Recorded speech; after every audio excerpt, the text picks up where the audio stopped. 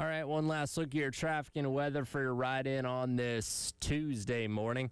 Do have a couple of accidents to report, one at Bush River Road and I-20, so expect some slowdowns in that area. Then another one at Alpine Road and I-20, so be careful as you're making your way through that area as well. As far as weather goes, it is obviously going to be pretty warm today with a high of actually a little bit cooler than it has been, a high of 75 with plenty of sunshine tomorrow, 80, and then 86 for your Thursday. That's your traffic and weather on your Tuesday here in the game.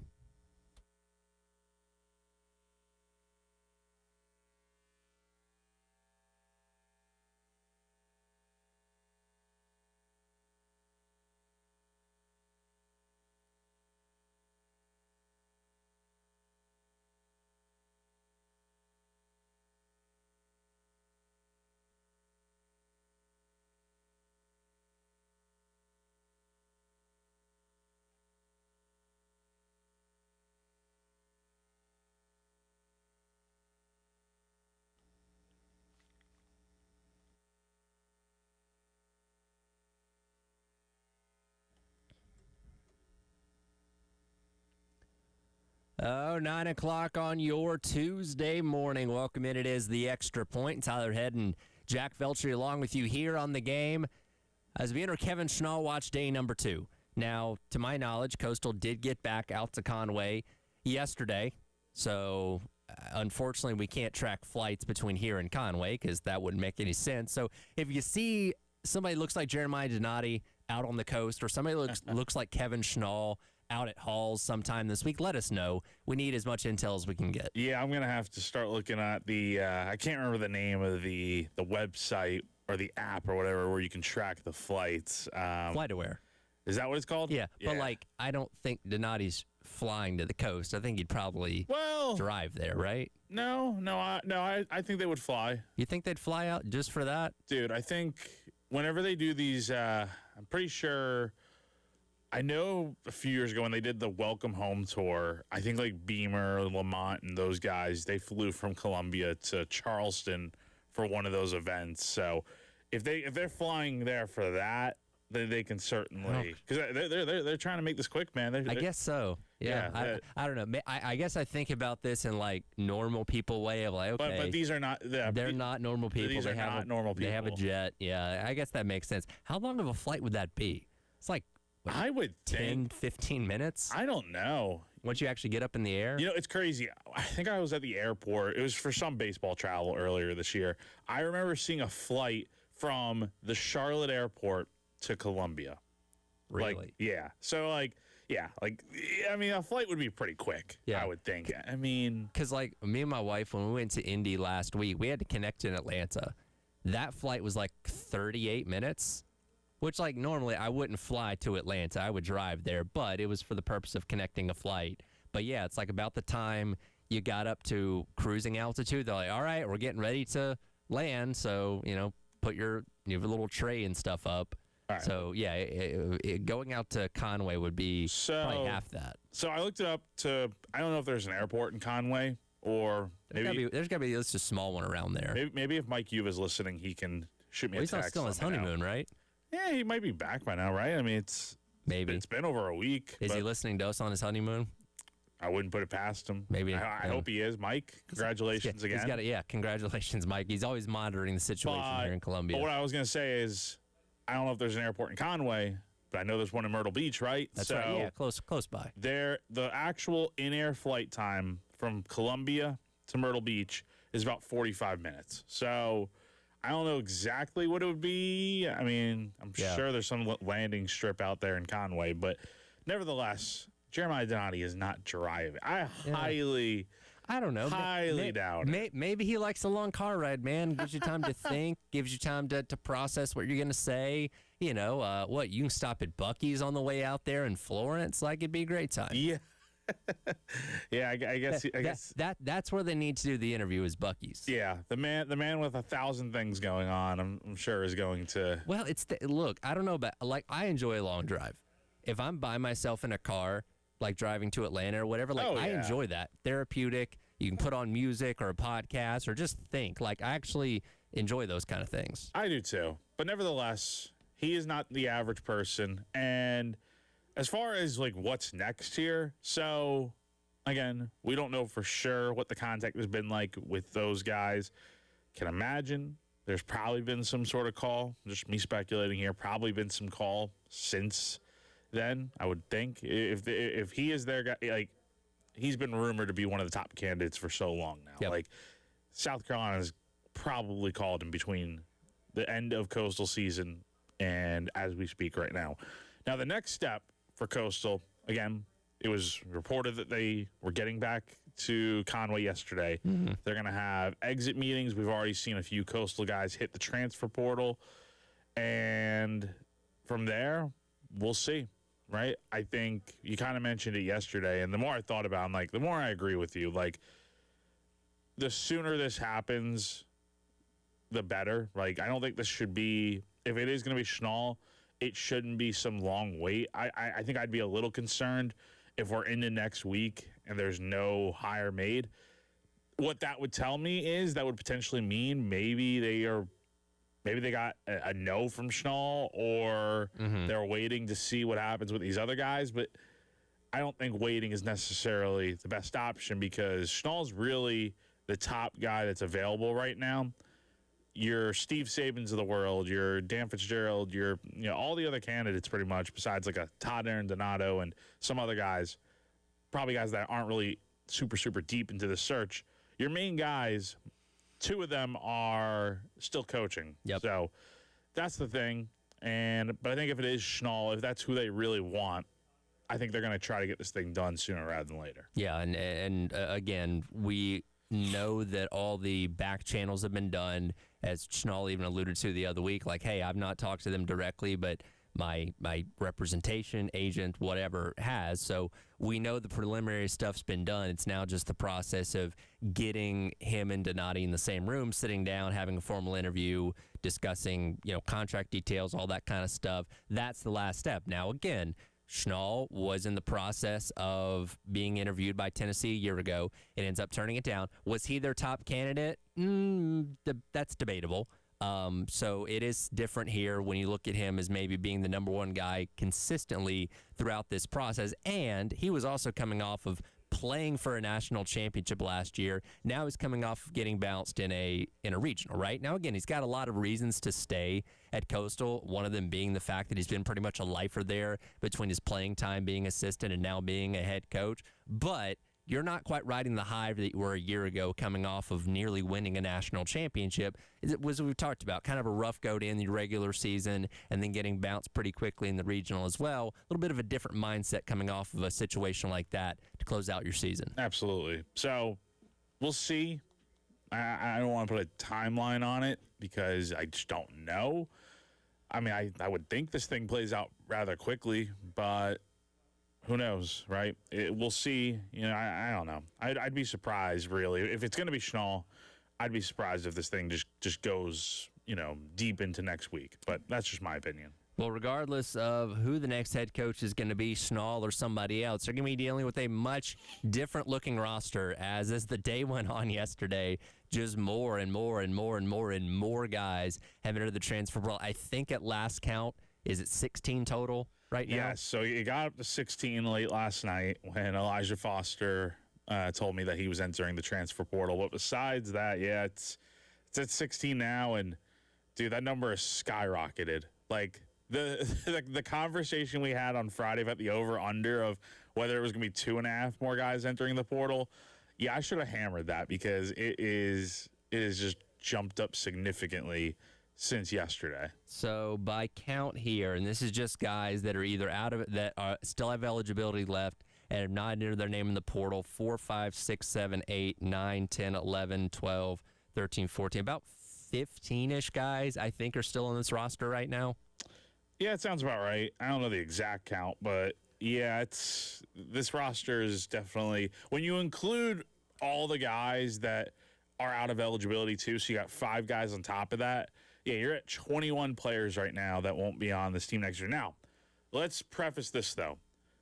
Thinking about it more yesterday when all these guys are entering the transfer portal rather quick, I think part of it is going to be that some guys are just getting their name in just to have some security just in case. Yeah. Because think about it, like the longer this coaching search drags on, let's say they make the hire on, I don't know, let's spitball here, June 10th. Hopefully they have the guy hired by then. Yeah. Let's say it is June 10th, and then the guys decide to put their name into the transfer portal. Well, that's 10 days into the portal cycle already. I'm sure thousands of players have already entered the name into the portal by that point. Teams are already making moves. They're not wasting time. Spots are getting filled. You don't want to get screwed, I guess, if you're one of these guys, right? You want to have some security. That doesn't mean that if they enter the portal, they can always return to South Carolina potentially. Yeah. Wouldn't surprise me if some of these guys end up doing so. But just to have some reassurance without knowing exactly what's going to happen, it makes sense for a lot of these guys to put their name into the portal. So, well, you also run the risk of, let's just say it is Kevin Schnall, and let's say, okay, let's go June 10th, like you said, him being officially hired and coming in and having his meeting with the team and meeting all these guys and stuff like that. He can look at you and say, well, I don't really want you on this team. You should enter the transfer portal. And again, you're kind of behind the eight ball at that point in time, as opposed to, and I know because Will Craddock, I believe, put the do not contact with his portal entry, which means he has something lined up. That was surprising, man. Let's say theoretically, that falls through, or he doesn't commit anywhere, right away. Schnall comes in and gets hired as head coach, and he really wants Will Craddock. Well, he can say, hey, I'd love for you to come back, and that option is there if Craddock's not committed elsewhere to remove himself from the portal and come back. Yeah, so it was definitely surprising to see Craddock put the do not contact tag. That I don't know. I don't know what the deal with that is. That, to me, tells me that something has been brewing for a little bit now, maybe going back to when the season was going on. That would not be good if that's the case. But nevertheless, yeah, so 16 guys in the portal. When you look at it, are there really any surprises? Like Craddock, maybe definitely a surprise. Maybe a Brandon Stone. You'd like to have him here at South Carolina. But beyond that, I mean, you're losing, let's see, right now, you'd be losing 3 starters in the infield with Hollins, Scobie, and Craddock. And then you don't have either of your corner outfielders because they're out of eligibility. We'll see what happens at catcher. But, I mean, for the most part, I mean, a lot of these guys that you're losing, I would say most of them really weren't like super high impact guys. Some of them were like a Zach Russell's definitely a big loss for sure. I think that's probably the big one in the bullpen for sure. But I think a lot of these guys are replaceable. Just because, A, they either didn't make a significant contribution this year, or B, they just didn't perform super well. Well, and even guys like a Craddock or a Riley Goodman, we talked about this, I think, yesterday. We looked at them for what their upside potential is, right? Saying, okay, these are young guys that had their ups and downs in their first full year of playing college baseball. For Craddock as a freshman and Riley Goodman, first year coming off of an injury. But you can see the potential of what they could be if they get the right coaches in there. Obviously, we'll see if that ends up happening and they end up coming out of the portal. But for the most part, most of these guys, I don't think people look at it saying, oh, my God, I can't believe we're losing that guy because of just how bad the team was. That's the thing. Yeah, when you win just 22 games, I think you are subject to see a ton of changes made. And again, like you said, Tyler, like we just don't know what the new coach would want anyway with retention of bringing some of these guys back. I'm sure some are going to stay, right? There's still a handful that have not made a decision one way or another yet. So that might determine, how many of these guys come back. Again, maybe some of these guys that are in the portal right now would want to come back, depending on who the new coach is and if the new coach wants them back. But time will tell. But one thing is clear.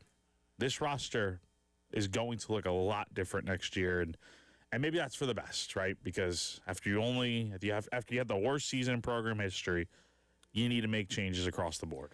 Well, and hopefully whatever that roster looks like next year is good enough to get South Carolina back into the postseason because, my goodness, regional weekend was absolutely wild over the past couple days. We'll recap what happened yesterday to wrap it up and set this table for the Supers coming up next. It is The Extra Point. Tyler Head and Jack Veltri on your Monday here on The Game. Tuesday here on The Game.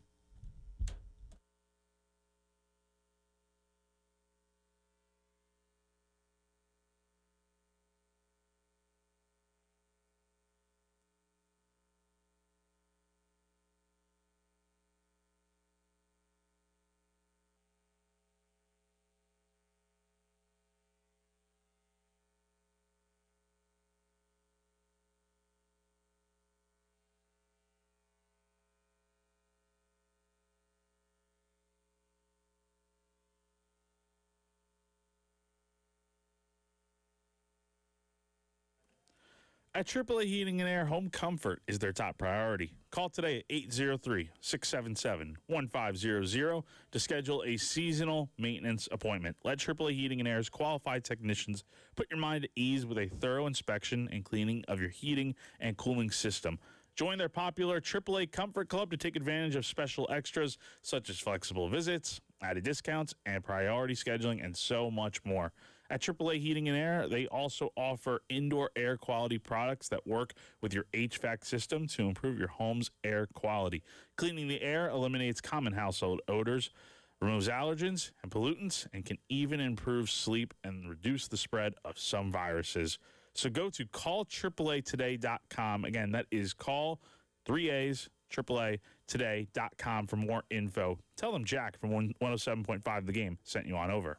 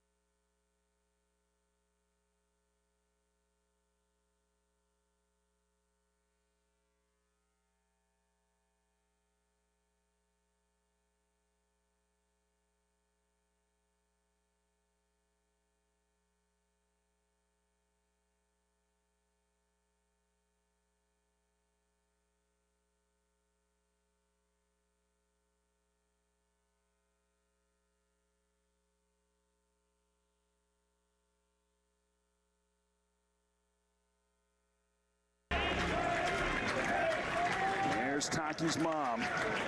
She has been living and dying on every pitch. Taki in the air to center. Burris going back.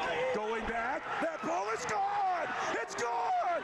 Dayton Taki sends Oklahoma to Super Regionals.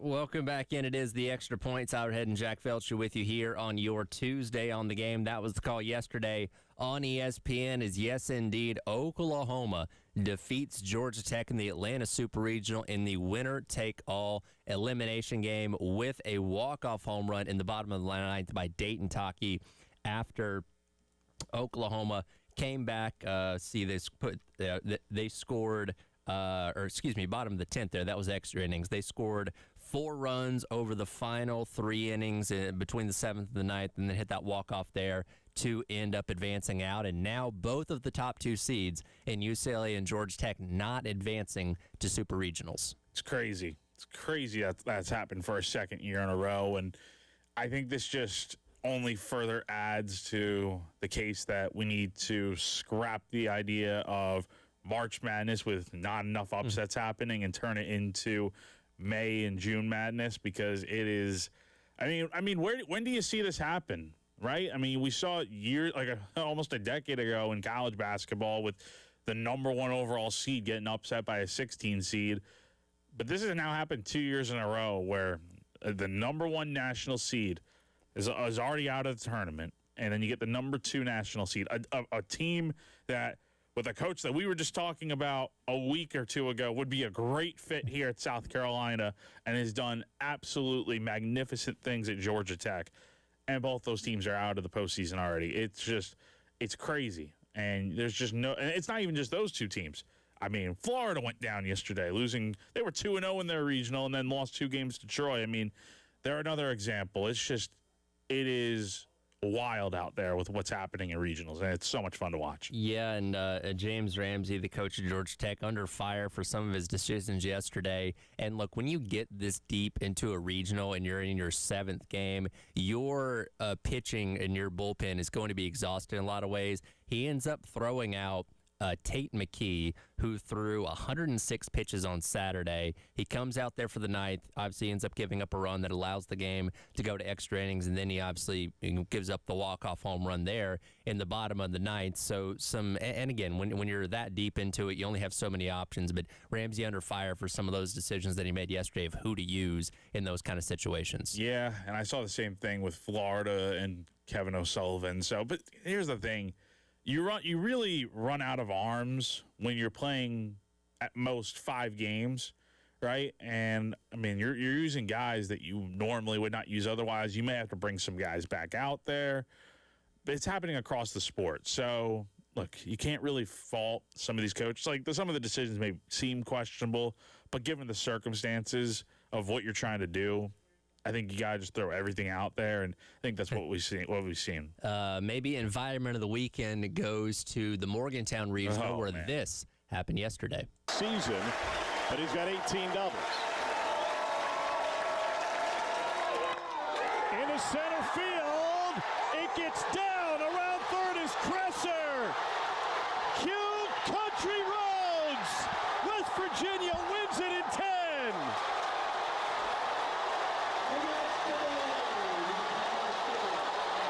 So Steve Saban's in West Virginia also with the walk-off to advance to Super Regionals with their win over Kentucky. It didn't come without drama, though, as they were cruising seemingly on the way to a comfortable win before giving up 4 runs in the top of the 8th inning that ended up forcing the game into extras, but they end up walking it off there in the bottom of the 10th. And Morgantown definitely hyped. They stuck around to watch everyone sing Country Roads, which I thought was really, really cool. And, again, if you want to hire Steve Sabans, you're going to have to at least wait another week to make that happen. Yeah, I think West Virginia, we'll see. Cal Poly could be a tough out, but given that the Super is going to be in Morgantown this upcoming weekend, I like West Virginia's chances to get to Omaha, and they're playing really good ball right now. And they have momentum. You got to remember, man, I mean, they look dead and done in it was Sunday's game against Kentucky. I mean, Kentucky was rolling. I mean, they had a 4-run lead. Or, I'm sorry, what was it, a 5-run lead in the 9th inning of that game, and just looked bound to win that game. And then magic happened, man. And nothing ever good happens when there's a walk or an error to lead off an inning. And West Virginia took full advantage of that to get this game to happen yesterday, and then they got the job done. So, yeah, I mean, West Virginia is going to be a real tough out right now, I think, with this weekend. Also, shout out to Skylar Meade and Troy for getting Yeah. past Florida last night. And he's not quite as high on the candidate list as maybe he was when we first started talking about it. But credit to him for advancing out of the Gainesville Regional. And now either Troy or Little Rock is going to be playing in the College World Series because they've matched up with each other in the Supers. I think I saw the stat. All three Division I teams with Trojan mascots are in Supers between Troy, Little Rock, and Southern California. Like, where do you see this in the other sports, right? Like, current day. You don't see a Troy Little Rock type of matchup in the college football playoff with, like, group of 5 schools. You don't see this as much nowadays in the men's basketball tournament. Like, this is awesome that Troy's going to be hosting a super regional this weekend against Little Rock for a chance to go to Omaha, like you said, Tyler. I mean, it's just crazy. And, I mean, shout out to St. John's as well. Yep. A 4 seed winning the Tallahassee Regional. That included FSU and Coastal Carolina. That's crazy. As far as everything, I mean, the bottom half is basically pretty much normal. You mentioned Southern Cal. That was the only other real upset with Texas A&M being eliminated. But the bottom half of the bracket seems about status quo. Oh, yeah, and Ole Miss beating Nebraska. But I don't know how much of a upset that really is since Ole Miss had a pretty good season. I saw a tweet last night, and I think this person was on to something. They say that college baseball feels like the last true college sport because you're right. We've gotten kind of sterile when it comes to college football. The NCAA tournament doesn't have as many upsets as it used to, but I full on totally enjoyed myself this weekend all the way through last night watching the chaos unfold.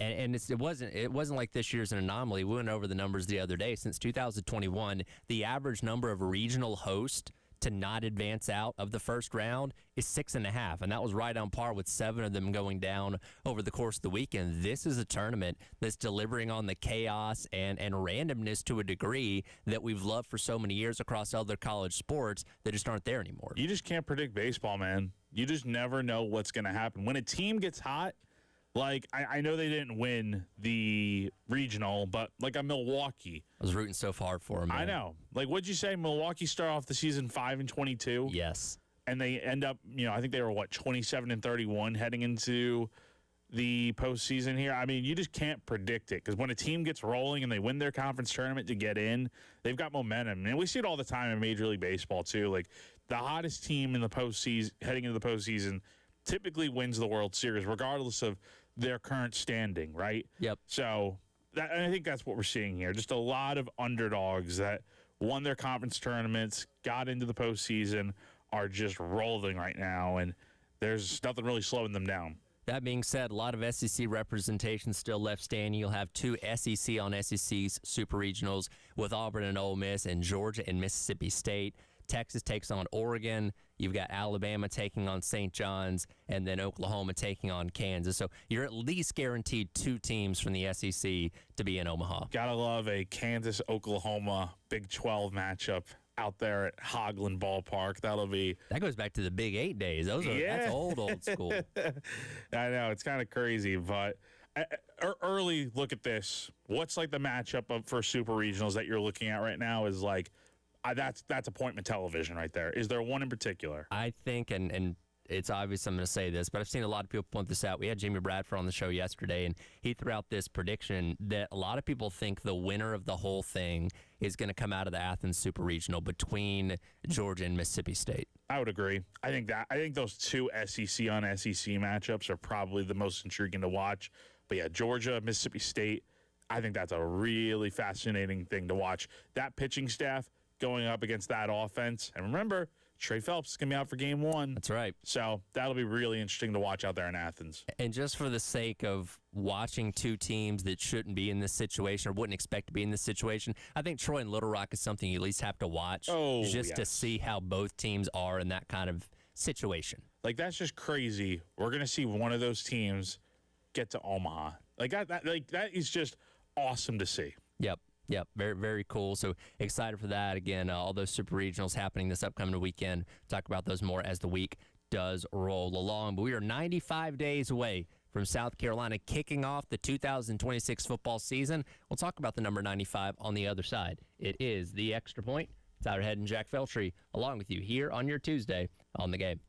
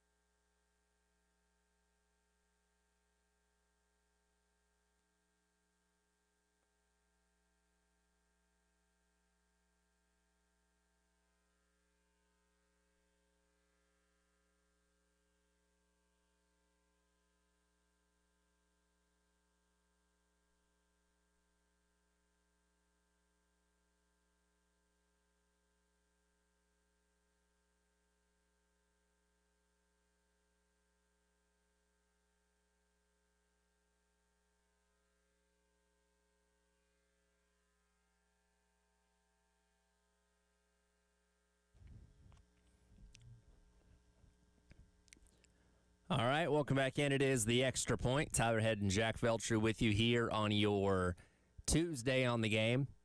Counting you down to the 2026 Gamecock football season. 95 days away from South Carolina and Kent State, 12:45 over at Williams-Brice Stadium. The number 95 is significant for a lot of reasons, but the one I've chosen today is that is the yardage that South Carolina was facing. Down 20-14 to Clemson with 3.5 minutes to go in the last game of the regular season last year when, well, this happened.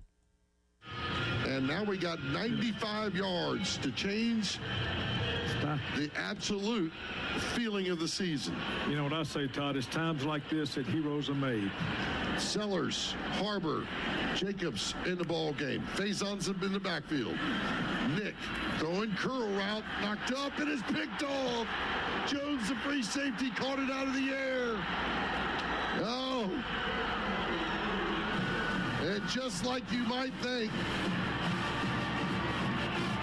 something bad goes wrong in the fourth quarter, and Carolina's denied on the very first play. The Tigers with a pick six. Sorry to bring up those bad memories, but it's necessary for the point of conversation, and it is interesting to hear Todd's call of that again because he's almost numb, right? And I feel like that's the sentiment of the entire fan base by the time that happened. That ended the season, right? Carolina once again had the ball with the chance to go down and score and maybe take the lead against Clemson. You throw the pick six, makes it a 2-score game. Game and season's over at that point. People started filing out of Willie B, and, you know, we've been in the long, cold off season ever since. But that was just the final example of what was an entire frustrating year of not being able to close out games in the fourth quarter. There were a lot of situations, by the way, I looked it up yesterday, a lot of situations where South Carolina faced 95 yards to go, did not score a single time on any of those, and in fact, yielded 11 points to opponents with those, 95-yard situations to go. Yeah, that was that play probably summed up the season right there. Just was not a good year at all for South Carolina last season, and yeah, it's crazy. I honestly had forgotten about that pick six on the first play. That it was the ball that got tipped, right? Yeah, so he's trying to get it to Harbor. It kind of gets tipped up and just lands. I forget who the DV was that ran that in, but kind of lands in his hands. He's got a free run to the end zone, and that it was one of those things because I remember, and again, for no matter how good or bad the season's going, there's always a different energy around the Clemson game where it's like, okay, well, if at least you can beat Clemson, you've ended the season on the right note. And I remember the energy in the stadium was pretty high at that point in time. Like, all right, got the ball back, 95 yards, 3.5 minutes. Maybe you can make something happen to at least close out the season on a positive note and go 5-7. And before you could blink, pick six and game's over. And it was just kind of like a stunned silence almost. So the question then becomes, how do you fix it this season, right? You're going to have a new play caller. You're going to have a lot of the same pieces back on offense. That's the thing, is that South Carolina was in so many of those spots last. It wasn't even just that game, Tyler. Like that. Like I understand the example you're mentioning there. Yeah. But as far as just in general, there were a ton of games where South Carolina was in the ball game going into the fourth quarter, but more times than not, basically all the time, could never finish down the stretch, make the plays necessary to win the ball game in the end. Otherwise, the record would look a lot different, and we'd be having a much different conversation right now. So how do you finish the game, I think, is the question. I think a big part of it is conditioning, right? You have to be playing at your best for all four quarters to be able to win games. And there was something about once they crossed in the second half of that game, South Carolina couldn't hold it up. And that's not just from like a physical standpoint, a mental standpoint as well. We saw so many mental mistakes, false starts, illegal snaps, all those kind of things happen, especially in the second half of those games, bad throws, bad decisions. Like there's a mental aspect of it that South Carolina was lacking, in addition to just not being able to last physically throughout those games either. No, totally. That's a great way to look at it, is that they've got to be the mentally tougher team down the stretch, right? When a bad play happens, got to move on, right? You got to be the team that moves on from those mistakes and doesn't make them again. The problem is they just continue to happen last year. So, hopefully things will look different this year. But time will only tell, right? You can do all the amount of work you want during the offseason here to try and make sure it's different. But there's only so much you can do in that situation. When you are in that moment there, and the moment calls for you to do something, it's up to you. If you're really going to be able to get the job done. And that'll be, we'll see what that looks like when the season gets here. And this, for right now, is the stigma that's going to follow South Carolina, mainly highlighted by the way they blew the game against Texas A&M by surrendering a 27-point halftime lead and finding a way to lose that game. Like, until you go out there and prove that you can close out a game, you can win a big game like that again, this is what people are going to think of you because of how many times that happened last year. And Beamer's not wrong when he constantly brought up, like, hey, we were in all these games. You were, and you closed out basically none of them in the process. Now, again, you go back 2 seasons ago, they were closing out games. They closed out the Clemson game. They closed out the Missouri game. So we've seen the ability to do that in the past, but you have to prove it to us once again that you can do that because you didn't show us that at all last year. Yeah, that's the thing, man, is you got to figure out ways to – I think the main thing is how do you go about not letting up? I think it's just as simple as you got to keep your foot on the gas pedal. And look, once a team gets momentum, like that A&M game last year, like once A&M scored, actually it wasn't even when they scored. It was the 4th and 12 they converted on to extend that eventual first touchdown drive of the second half. Like if South Carolina gets the stop there, I'm fully confident they go on to win that game because A&M had no momentum at that point. They were backed up. And if South Carolina gets the stop there like they probably should have, then Carolina takes over in good field position, and they could potentially put the game away with one more score. Instead, you let A&M hang around, and then from there they go to score, and then they got all the momentum back right after that. That's the thing, is that when South Carolina has momentum, they've got to continue to lay it all out there, foot on the gas, continue just to pound away because that you got no lead after last year. No lead should ever be safe, right? That's the way things should be feeling for a lot of those guys that are back this year. I know the team looks different in some respects, but a lot of those guys are back. That's the mindset I think they should have is that look, when we got a lead, got to put the game away. By the way, do you know how many times last year South Carolina was in a situation where they had 95 or more yards to go on a drive? Feels like it happened a good bit last year. I don't know what the exact number is, so what is it? 8 times. Yeah, that's a lot. Yeah, once against Virginia Tech and LSU, once against Coastal, twice against Oklahoma, and 3 times against Clemson. They surrendered 11 points. That pick 6 against Clemson, the safety against Oklahoma, and the safety against Virginia Tech. Yeah, it always felt like they were starting off in such terrible field position half the time. Yeah, so hopefully, now again, being backed up against your own goal line, never ideal, but hopefully those situations prove better for South Carolina in addition to being able to close out games next year or this upcoming season because that was obviously the Achilles heel of them this past year. I just think a lot of it, going back to the discussion about starting off such terrible field position, it would be a lot of times South Carolina would be backed up and they'd go 3 and out offensively. And then the defense would, after the ball is punted towards midfield, they'd get a stop, and then the ball would be punted right back to South Carolina back near their own goal line. Yep. So there needs to be a little bit more balance offensively and defensively. The offense doing its job while the defense continues to do what it's been doing under Clayton White. A lot of things need to improve to make this season better. And again, we got 95 days to find out if things have changed. So tomorrow's 94 days, and we'll count down for that tomorrow then. We'll come back, wrap up hour number 1. We've got the schedule for the college football playoff, and it highlights just how long it is between the end of the regular season and the national championship. We'll tell you about that coming up next. It is the Extra Point. Tyler Head and Jack Feltry on your Tuesday on The Game.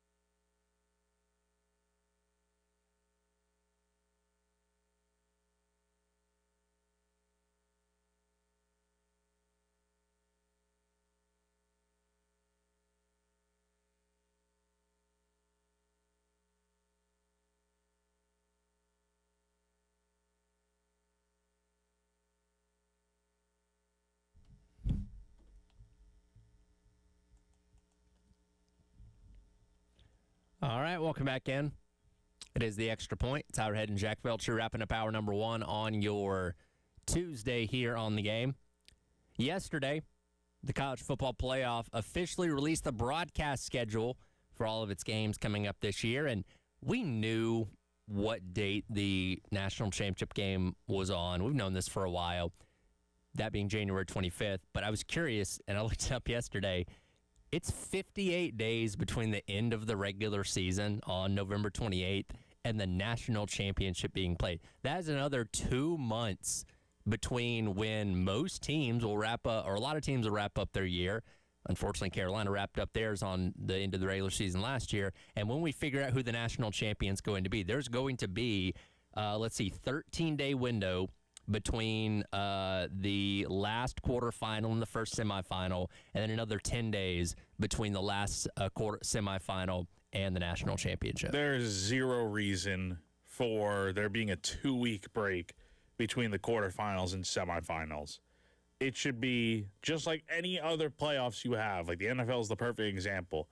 Like week after week, go ahead and play. I understand the first round and the quarterfinals having a little bit of a gap, but it's much smaller. It's only like 10 days, and you have Christmas factored in there. So I understand it from that standpoint, but there's no reason for there to be a 2-week break between the quarters and the semis, and then to have another 2-week break, or about 10 days or so, give or take 10 or 11 days until the national championship. I mean, come on. Like the season really, it can be avoided. It does not need to be January 25th. I mean, that's so late, man. Yeah, that is 1 week away from February for those that are wondering. And all this talk of trying to fix things in college football, and there's a lot of things on the priority list that need to be obviously figured out first, but getting the national championship closer to January 1st is a high priority, in my opinion. Because, again, the unfortunate thing, we talk about this every single year, you lose momentum, right? The good thing about playoffs, and like the NBA, I feel like struggles with this a little bit too because of how long the playoffs are. Now, again, we'll start the NBA Finals coming up tomorrow, but when it goes on for too long, it loses a little bit of steam. And the college football playoff, while in totality only last right at a little over a month, when you have that long gap, and we talked about this a couple years ago with the national championship, it's easy to forget that it's happening, right? Because you get in the mindset of moving on to other things, and the NFL playoffs going on and college basketball going on. It's like, oh, yeah, there's 2 semifinals on Thursday and Friday night. Oh, yeah, in a week and a half, then you have the national championship. They're just not capitalizing on the momentum of having things, because college football is a volume sport, right? It's better when everything is connected and compacted, and at least even going back to the 4-team playoff, all those things are relatively close together, and now it's getting stretched out further and further. Like if your team's out of the playoff or whatever, and you're watching the playoff as a regular college football fan, I mean, sure, you're going to tune in, but I feel like the interest is just going to be not as heightened as it should be. There should be so much excitement as each round continues, but I feel like you lose some regular common folk fan interest. The average fan, I feel like, isn't as interested when there's a 2-week break going on between games of like, oh yeah, what happened last time? What happened in the last round? Because it was 2 weeks ago. It's like, Well, and it also doesn't help too that, and look, bowls are always going to exist, but you're also sending teams all across the country to play in quarterfinals on, and it's not even New Year's Eve this year, it's December 30th for the Fiesta Bowl. So there's going to be one team that gets a 2-day advantage over their opponent before the semifinal because the other 3 quarters are played on January 1st. That in and of itself is another problem. You send everybody to these bowl sites for quarterfinals. You then send them back home. Then you send them back to other sites for the semifinals before sending them to a different site for the national championship. It's just crazy. The process of putting the schedule together is just mind-boggling to me. Like, we need to get to a point where the next time there is discussion about the schedule, got to move this thing back. Like, move it up, or I should say, I guess move it up to maybe like that first week in December. I know you got conference championship games there, but I think eventually we've got to get to a point where this thing is starting, like, no later than the second weekend in December, because it is just ridiculous that we're talking about the playoffs starting a month after the regular season comes to an end. Also, maybe I found more interest in this than other people. The Rose Bowl could actually be the nightcap on New Year's Day this upcoming year. Typically, always had that 5 o'clock start, moved it back to 4 o'clock last year to kind of fall in line with the other semifinal games, but it's to be determined right now. All the games on New Year's Day are to where we could actually have a full nighttime Rose Bowl for the first time since I think Texas and Southern Cal played for the national championship in 06. What time was the 09 national championship or 2013? Because those weren't Rose Bowls. Those were the BCS national championship at the Rose Bowl. So that was when because you're right. Starting with the 2007 season, the BCS title game became its own thing because it used to rotate through the bowls, and the last time it rotated through the Rose Bowl was that Texas Southern Cal national championship. That makes more sense. So, and I always had a problem with the Rose Bowl kicking off at 5. That means the Sugar Bowl kicked off at like 9:30 in the playoff era because that made that game super late. So I'm glad they were willing to move it up an hour last year. And hey, maybe we'll get a full nighttime game this upcoming year. We'll see. That'd be pretty cool. And speaking of the Sugar Bowl, that'll be at 7:30 this year on January, I guess technically 2027 on January 15th. So that'll be semifinal this year. Yes, an hour and a half earlier. That is good to see. Yes, and the Capital One Orange Bowl, the other semifinal. And again, we'll find out the official times for all the games on New Year's Day, I guess, as the season rolls along. That'll do it for hour number 1. Coming up in hour number 2, a lot of NFL headlines going on yesterday, a lot of trades being made. We'll dive into those coming up next. It is The Extra Point. Tyler Head and Jack Beltry with you on the game.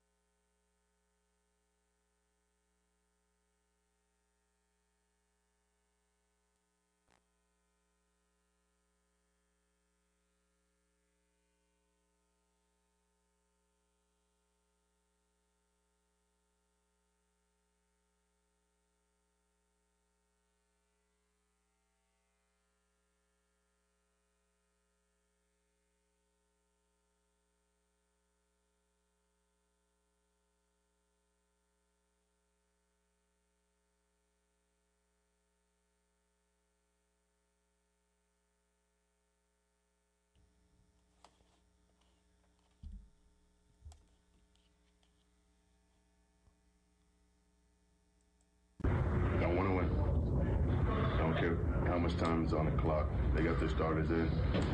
There's a chance we can win. I want to be a part of that. I don't care how dire the situation looks. I'm going to try to make something happen. So I hate coming out of those situations. I hate, that kind of inevitability and not being able to do anything about it, because I want to win, not do anything. Welcome back in. It is the Garnet Trust Hour presented by Krantz Cooling, Heating, and Plumbing. Tyrett and Jack Felcher along with you here on your Tuesday on the Game. That the voice of Myles Garrett, that from October of last year, talking about just how bad he wants to win, and he'll do anything to do that. Well, Jack, he's now in a better situation to be able to do that, as yesterday he was traded to the Los Angeles Rams in exchange for a first-round pick and Jared Verse to the Cleveland Browns. Oh, he's in a much, much better situation. It's like going from being poor to being rich. You are with the lowly Cleveland Browns who never win anything, and now you're on a Super Bowl contender. I mean, it is a night and day difference for him, and it completely changes the complexion of what he could do in his career now moving forward. He could win a Super Bowl maybe as soon as this year. This puts the Rams in such a good position to do something real good this year. Now, I will say, looking at this trade, you get Jared Verse, who I think is a very good player. One Defensive Rookie of the Year back in 2024. He's a two-time Pro Bowler. Obviously, he's a very good player. And you mentioned it, you get the first-round pick next year, which, judging by the way the Rams are going to be this year, it's probably going to be a back-of-the-first-round pick. So not a ton of value there, I would say. You get the second-round pick and a third-round pick in 28 and 29, respectively. So there's some added value there. But you're trading for you traded Myles Garrett, and that's what you're getting for him. We're talking about the best. Is it safe to say he's the best defensive player in football? Oh, well, he set the single-season sack record a year ago, so that's a pretty good indicator of how good he is. We're talking about a guy that, let's run through his accolades real quick, a two-time Defensive Player of the Year, a five-time first-team All-Pro player, a two-time second-team All-Pro player, and a seven-time Pro Bowler. I just got to wonder, did the Browns get enough here for Myles Garrett? I know first-round picks work a little bit differently in trades and whatnot, and I feel like the Browns got a pretty good haul back, but it feels like they needed more in this trade, does it not? Yeah, and it's one of those situations. Like Jared Verse is a good player, right? He's done a lot for the Rams in his couple seasons there, but he's not Myles Garrett, right? Like you are definitely downgrading to a degree at that same edge rusher / linebacker type of spot. You do have future equity now with these draft picks, but those could be anything, and as we expect. Always, the Browns are always trying to rebuild and add. So having more draft picks never hurts, but you are giving up a generational type of player at the defensive end position. And Myles Garrett, though it was very clear, even with how great Myles Garrett was, you weren't winning anything, right? And that was always kind of the conversation around Garrett. Even go back to a couple years ago when they were having the contract dispute, it's like, does he want to make a lot of money in Cleveland and never win anything, or be willing to maybe take a little bit less to go somewhere else and be more successful? Well, now you have the situation of him getting traded, or he'll get the opportunity to do that. But even with how great he was playing for Cleveland, it wasn't resulting in wins. Now, enough wins. They do have those 3 picks, the Browns. So that's important. If they hit on those 3 picks, then the trade becomes a lot more. If those 3 players they bring in the draft over the next 3 years are high impact guys, then the Browns might end up coming out pretty well in this trade, especially if the Rams don't win a Super Bowl while they have Myles Garrett. But as it stands right now, if we're looking at this just from a Garrett for Verse trade, then the Browns lose this trade all day, obviously. Yeah. But again, you're getting those picks to hopefully maybe you trade those picks and get someone else instead. But you're getting those picks to hopefully get some real talented players and make this trade make a little bit more sense. Well, and the unfortunate thing is we're not going to find out about that until multiple years down the road. We'll obviously find out about the first-round pick next year, but the other two picks, again, in 28 and 29, respectively. So this is a long-term play for the Cleveland Browns that we're not going to know. What we do know is that this makes an already good Los Angeles Rams team that much more dangerous, right? And look, I think they've looked at themselves in a window of opportunity for a while now. Matthew Stafford could be playing in his final year, had an MVP season a year ago. We'll see if he can back that up. I don't even know how much longer Sean McVay is going to be a head coach. They are in absolute win-now mode. They did this a couple years ago when they got Matthew Stafford from the Rams and obviously rode that, or from the Lions and obviously rode that to winning the Super Bowl at home in the 2021 season. This very much is the same way of like, I don't care about those draft picks. Forget the first-round pick next year. We're trying to win the Lombardi this year, and getting a guy like Myles Garrett can help you do that. Absolutely. This is boomer bust, the definition of it right here, of going all in with an aging quarterback, probably in his last few years here. Maybe, I don't know. I doubt Could be his final year. I don't know. I feel like Stafford wants to keep playing, but if he wins a Super Bowl, he might just walk away. Yeah. I mean, they did draft Ty Simpson, right? So, I mean, it could be. Who knows? But this definitely makes them, I would say, the Seahawks are going to be really good again, I think. You can never question the 49ers, I think. Like, the NFC is definitely a very good conference, but I feel like the Rams are probably the Super Bowl favorite, at least the NFC favorite to come out of that side of the league next season. I noticed it's funny you didn't mention the Arizona Cardinals when talking about the NFC West. They're just like the forgotten, they're just forgotten fourth member while these other teams are winning for Super Bowls or competing for them or have high-level talent left and right. The Cardinals are like, hey, anybody heard from Jacoby Brissett lately? Yeah, what's their quarterback situation going to be? Is it going to be Carson back? Brissett's got to show up. Yeah, that's a whole other topic for another day, but that was one of many things going on in the NFL yesterday. We also had some pretty big news out of New Jersey yesterday with former Giant great at wide receiver coming back. Is it big news, though? I think it's pretty big news. Well, and yes, Odell Beckham Jr. in his first run with the Giants was great. We all remember that crazy one-handed catch on Sunday Night Football, the numbers that he put up and all that kind of stuff. But Odell Beckham Jr. in 2026, my question is like, what are you getting and what are you expecting? Because this dude didn't even play last year. He hasn't played a full season in several years due to injury and suspensions and all that kind of stuff. I don't know.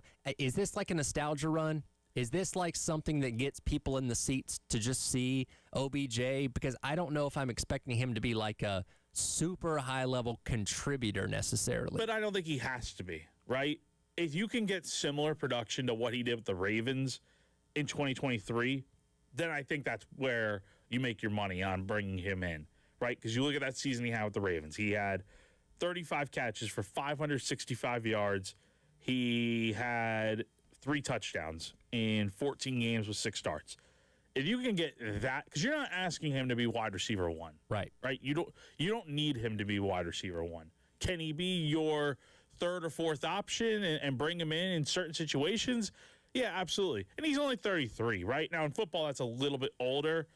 But this is a guy that, for most of his career, has been a very good football player. So, and I know he was out last year, didn't play at all. He didn't really do anything with the Dolphins in 24. So we're talking about 3 years ago since having a really good season. And it feels like a lifetime ago since his run to winning a Super Bowl with the Rams now 5 years ago. So what's he going to look like? Who knows? This could be a move that just doesn't work out at all, and the Giants cut him as the season gets going. Who knows? I think Giants fans are kind of hoping this works out to where he is there for a full season and he's a big part of the offense. Only time will tell. But I can tell you, I mean, it seems like Giants fans are really excited about bringing OBJ back. And you know he has wanted to be back with the Giants for so long now. And that wasn't the only receivers that they brought in. Juju Smith-Schuster and Braxton Berrios also coming in, which kind of highlights, because, again, Malik Neighbors and Darius Slayton coming back from their respective injuries. They just need to fill out that room as of right now. We'll have to see how that shakes out and how those guys recover and all that kind of stuff. When Neighbors comes back, he is obviously wide receiver number one there. How the receptions get divvied up after that, we'll be interested to see. Yeah, I'm not expecting OBJ to go be a 1,000-yard receiver. Can he go out there and make some catches and catch a touchdown or two? Sure. But if for anybody that's expecting him to be old OBJ in New York, that's not going to happen. All right, yeah. So you're not getting 1,000 yards out of him probably. The last time he had a 1,000-yard season was all the way back in 2019, and he's only had 5 of those in his career.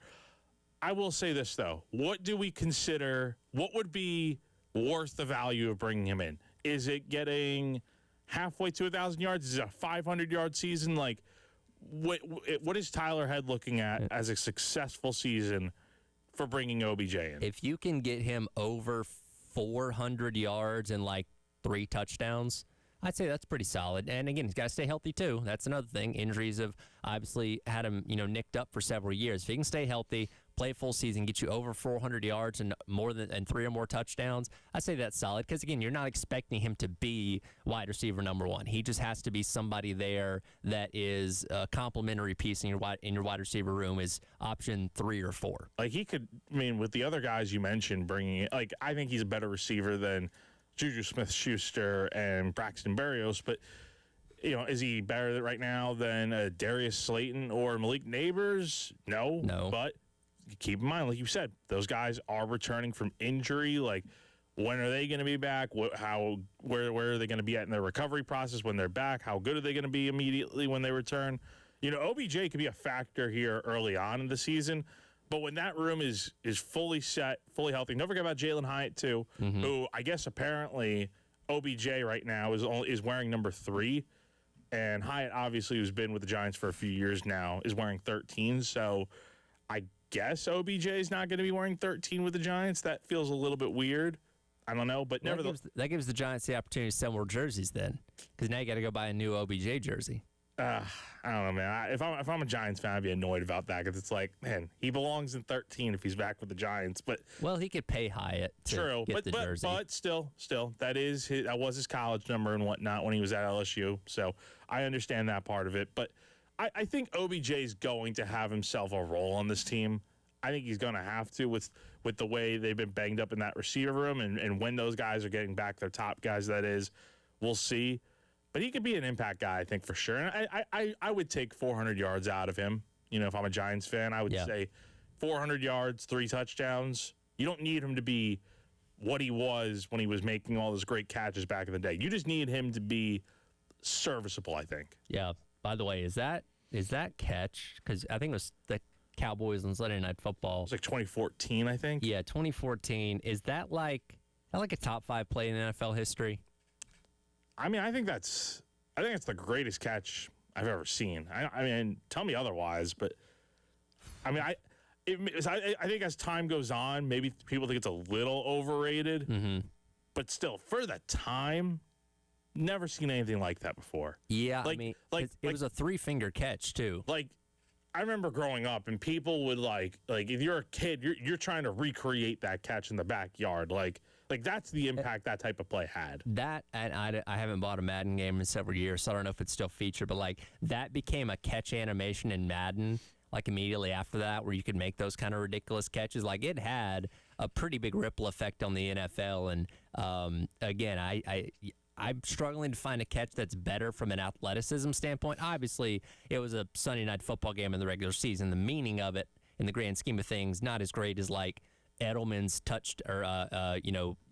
catch in Super Bowl 51, where he kept the ball off the ground and it bounced off his foot or whatever, or bounced off the foot of the Falcons defender or whatever. But in terms of athleticism, yeah, that one's hard to beat. It's just such an iconic photo too when you look at it from all angles. It's something that, again, we've seen one-hand catches since then, but still, that one, I think, stands the test of time. Well, he's not the only wide receiver with a new home, though he's going back to a place where he started his career, as A.J. Brown finally headed up to New England. We'll talk about that coming up next as the Garnet Trust Hour, presented by Krantz Cooling, Heating, and Plumbing, rolls along on your Tuesday here on The Game.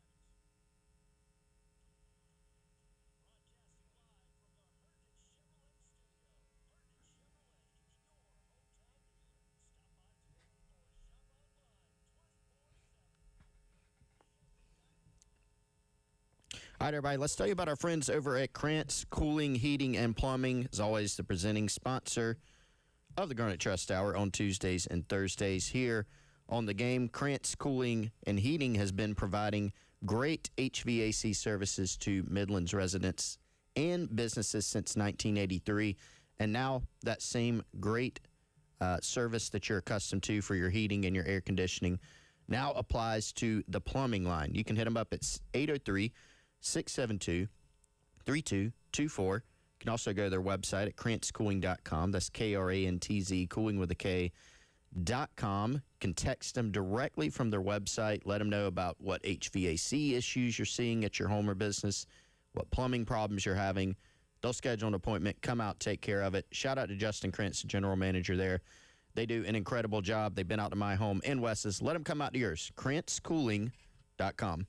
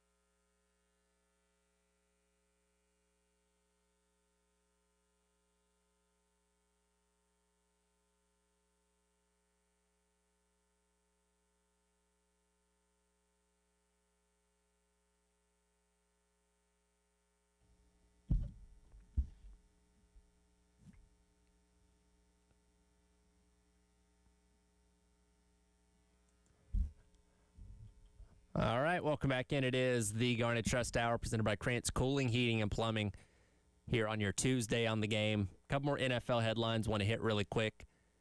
The worst kept, I guess, secret about a trade, because we've been talking about this for a month now, was A.J. Brown going to the Eagles, or going to New England. Now, they had to wait until June 1st to make this happen. But official yesterday, I've seen the video on him walking into the Patriots facility earlier on this morning, a reunion with Mike Vrabel, who apparently didn't want to trade him when they were together in Tennessee anyway.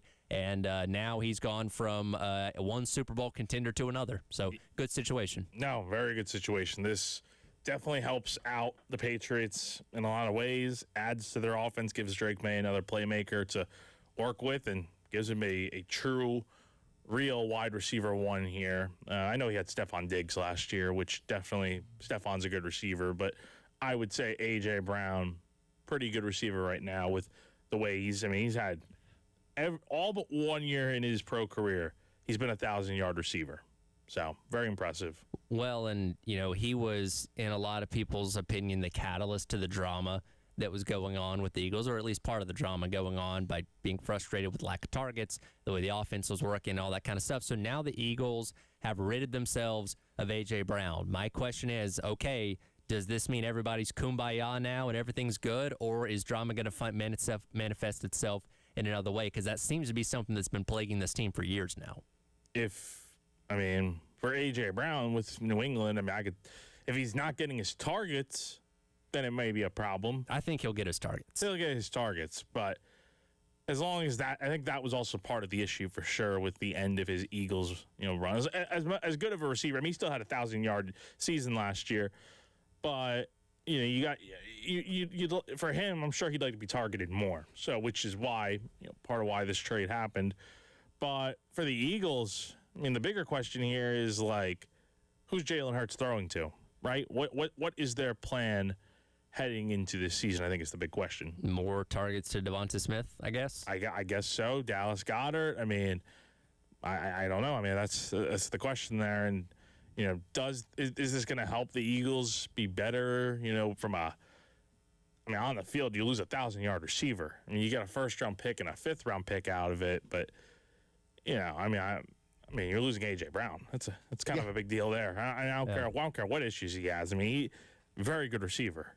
Yeah, the interesting thing is that on one hand, you're losing A.J. Brown, and I think his deal actually runs through, 2029? He got a big extension. Yeah, 3-year, $96 million extension. And so you would love for everything to just be hunky-dory, and then you've got A.J. Brown producing like he's produced without all the other drama. But since it's there, what can you do? And actually, I think the way that the Eagles did this, I read a piece on NFL.com that made a pretty compelling case that Howie Roseman, their GM, played this out pretty well. Because if Brown's kind of already on the outs and things aren't going well, on one hand, you gave up a lot to get him. You gave up a first round and I think a third round pick at that time to get him. Yep. And so you're making a heavy investment. You want that investment to pay off. Well, 2 of the best seasons in history. I think he set the record for the Eagles receiving yards in a season. 2 Super Bowl runs, a Lombardi trophy. So, from that standpoint, that paid off. But then if it comes time for this marriage to end, what can you get out of it? And so, number one, waiting until this timeline allows you to offload some of that. You don't have this huge dead money hit, number one. And then, you also get back some capital for him as opposed to, him just walking at some point. So, yeah, you would love he's really, really good. Obviously, you'd love to keep him. But with some of the other distractions and things around there, did it become this guy's really good. Thank you. You did some great things, but let's see how we can part ways here. Well, it comes a situation to, okay, are you going to take the side of your quarterback who you've invested a lot of money in or your high-level wide receiver? Well, it ends up being the quarterback. So you're saying, okay, we're going to side with Jalen Hurts here, and we think it's going to be successful. Now, again, the Eagles are a very talented team, and I expect them to be a Super Bowl contender going forward, but that is a significant loss with what a talent A.J. Brown is, and we'll have to see what that draft capital they get ends up working out in the long run. But in the short term, again, we'll see how they fare without having that elite second option at wide receiver. Yeah, that's the question there. And again, the Eagles, I think they'll be fine. They still have the pieces offensively. You still have Saquon Barkley. And, I think the bigger question here is, how does this affect Jalen Hurts. Because I think last year was a little bit of a step back in some ways for Hurts and the Eagles in general, after winning the Super Bowl. And now that you don't have your top target, I mean, yes, you still have Devontae Smith. You still have some pieces there. But I just wonder, is Hurts going to be better off without Brown here? Time will tell. We will see. Well, at the end of trades, this guy, not necessarily traded, but he is trading in his helmet for a microphone. Russell Wilson headed to the CBS booth as, at least for the time being, his football career will come to an end after he lost his starting job last year to Jackson Dart for the New York Giants, and now he'll be calling games with CBS. We think Russell Wilson's going to be a good TV guy, or is it going to be as long as he's not his usual cringy type of self, I would say. He can be a little cringy with some of the things he says. It's like, did he really just say that? Like that's the thing. If he's breaking down football and calling it how it is, I think he could be great. Again, another quarterback to have on the broadcast there. I think that could be really cool to see. But yeah. Did anybody foresee at the time, because it happened so long ago, were people like, hey, Tony Romo is going to become like this iconic, and you'll talk to some people out there, I don't like Tony Romo, but generally people loved, what he brought. Back then, were people like, Tony Romo is going to be so great at this? I don't feel like that really. Well, Romo was, by all accounts, he was very good in his first year in the booth with Jim Nantz, but I feel like now people can't stand Tony Romo. It's flipped. I'm honestly one of those people, because you see Romo and Nantz calling a lot of Bills games, and it's like, I just listen to Romo. I'm like, what? Well, did we? I feel like we didn't know a lot about Romo's personality when he was with the Cowboys. He spoke some, but I don't think we really looked at him as somebody like, oh, can't wait to hear this guy talk. But when he got in the booth, especially in those first couple of years, he was phenomenal. Again, breaking things down, predicting plays, and kind of letting his personality shine, going back and forth with Jim Nantz. Now, yes, it's changed a little bit in the past couple of years, but I feel like we know more about Russell Wilson as the person and the personality than we knew about Tony Romo before he ever got in the booth. Now, the thing with Russ is that he's not going to be calling games. He'll be on the pregame show with CBS, so it'll be a little bit... He's basically taking the role, I would imagine, of what Matt Ryan was. Yeah, it sounds last that year. way. Like when Matt Ryan left to go back with the Falcons front office there after last year. Yeah, I think that's probably the role we're going to see Russ in here. And I think Russ is a good personality to have on there. Again, a quarterback guy that's won a Super Bowl, very experienced in that regard. I think he'll be a nice addition there. It is interesting, though. He apparently did pass up on an opportunity to play with the Jets. He did receive an offer, but has chosen television instead. I just think that speaks volumes about where the Jets are at right now and not wanting to go there. But I think it also speaks to Russ hasn't officially retired, but at 37 years old, I think this is probably the end of the line for him, unless a team offers him between now and heck, who expected Phillip Rivers to come back, right? That's true. Who knows? But like we've seen in the past couple of years, Russell Wilson, it's a far cry from what he used to be, right? Yeah, he could hang around on year-to-year deals, start a couple games here, be a mentor to young quarterbacks or whatever it may be. But he's not going to be the Aaron Rodgers or Tom Brady that can still play at a relatively high level well into his 40s. I think this is probably the right career move for him. Yeah, I think this makes sense for him at this point in time. So we'll see. Again, he'll be on the CBS desk when the season rolls around coming up later on this year. We'll transition back to college football coming up next. One athletic director wants to see maybe an old format return for the college football postseason. We'll discuss that on the other side. It is the Garnet Trust Hour presented by Krantz Cooling, Heating, and Plumbing on your Tuesday here on The Game.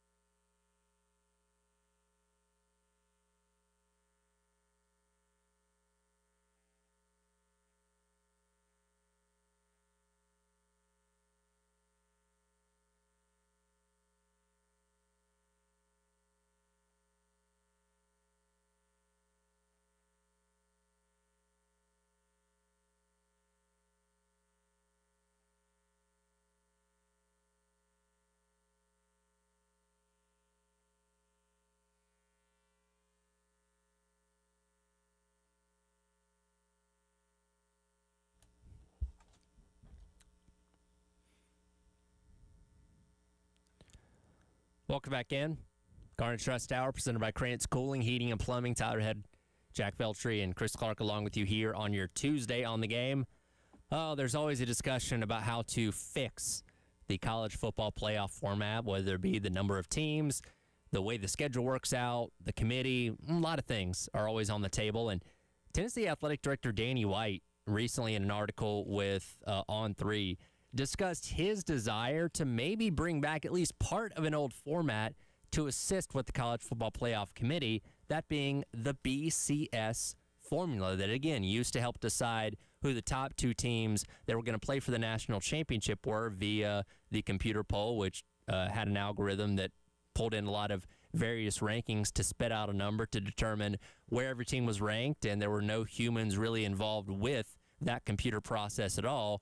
Then people complain that, well, we can't argue with the computer, so let's bring in humans. And unfortunately, guess what? Humans have biases, and that's created a lot of controversy these past couple of years with the college football playoff. So Danny White's suggestion is not to completely replace the College Football Playoff Committee with the computer, but use them together, saying, okay, here is a ranking from the BCS formula that can assist the playoff committee in deciding where teams are ranked. Not the end-all, be-all, but assist them a little bit more, because I feel like right now, and this is kind of the point that Danny White is making, the criteria that the playoff committee uses every single year, random, all over the place, and there's not continuity year to year on what is important to the committee, because the committee does change. There are people that come in and out on a year-in, year-out basis, and with new people coming in, the thought process and criteria of what they're looking for changes as well. So I can support the idea of having more data to back up the decisions that they're making. I don't think it's a bad idea at all. I agree, because we see right now, there's the human element in the process of picking who the best teams are, and I don't think it's a bad idea to have, computer data factor in. Now, what is the percentage of how much that data factors in? I don't know what it would be. Again, this is all hypothetical, but I think it is something that could lend itself well. I'd be personally interested in seeing how this would look if the BCS came back in some form or fashion, at least from a formula standpoint. I was looking earlier at a comparison, and I haven't gone through this and, triple checked everything, but the formula for last year, and this is pointed out by a national college football writer for CBS Sports too. So if you followed the BCS formula last year, it would have led to Texas would have actually dropped a spot in the rankings, and then Notre Dame over Miami would have been the changes there, which is, that's pretty interesting. That was a point of controversy for the committee last year. It was a point of controversy. So, I don't think, and to be clear, it's not what Danny White's proposing. We should just go back to the computer, but I think everybody's trying. Here's the problem. Everybody is trying to figure out what does the committee, and it's a different committee, of course, every year. Yep. What are they going by? And that's why every single week they get on ESPN and the chairman is asked questions. Why this team over that team? Why is this team number 1? Why is this team number 15? Why is this team number 6?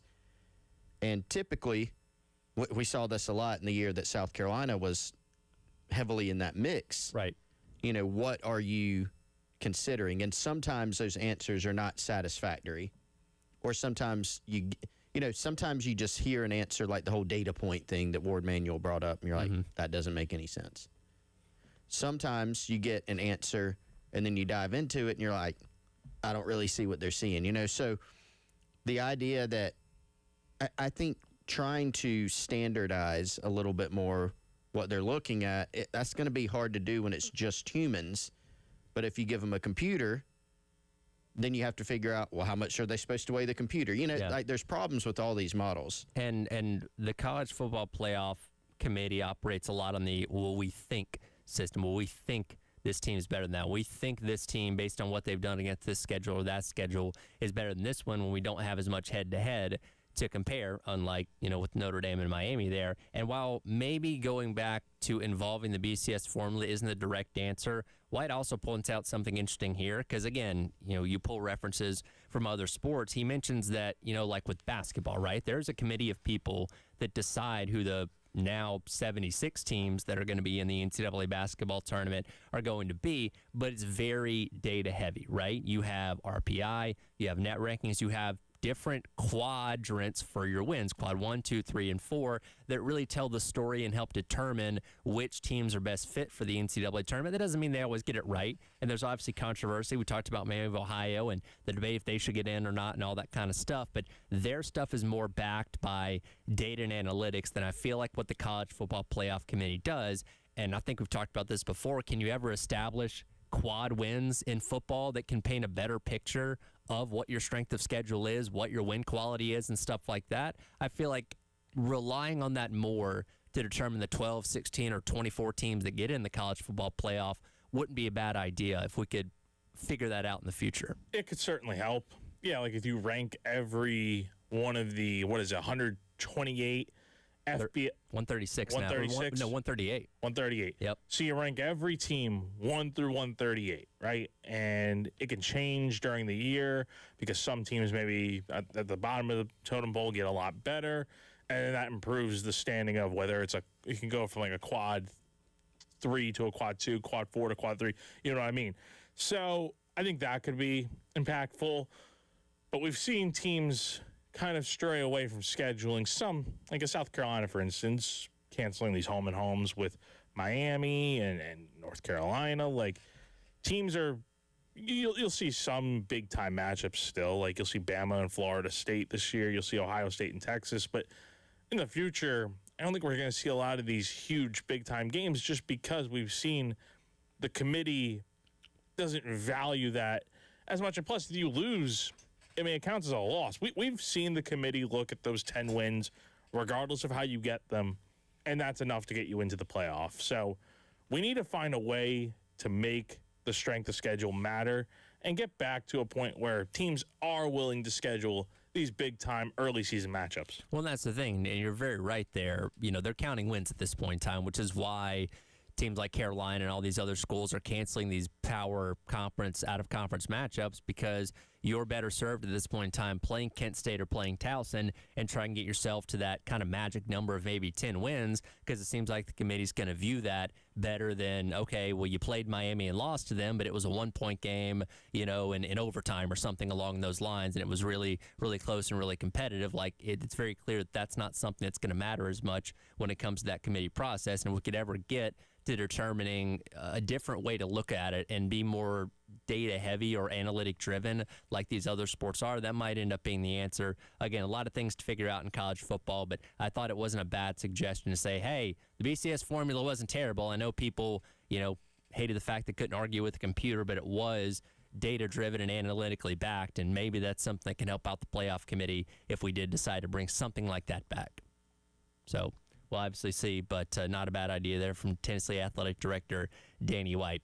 We'll come back, wrap up hour number 2. We've learned some details about College Football 27, and people are upset about one of the covers. We'll discuss that on the other side. It is the Garnet Trust Hour presented by Krantz Cooling, Heating, and Plumbing on your Tuesday on the Game.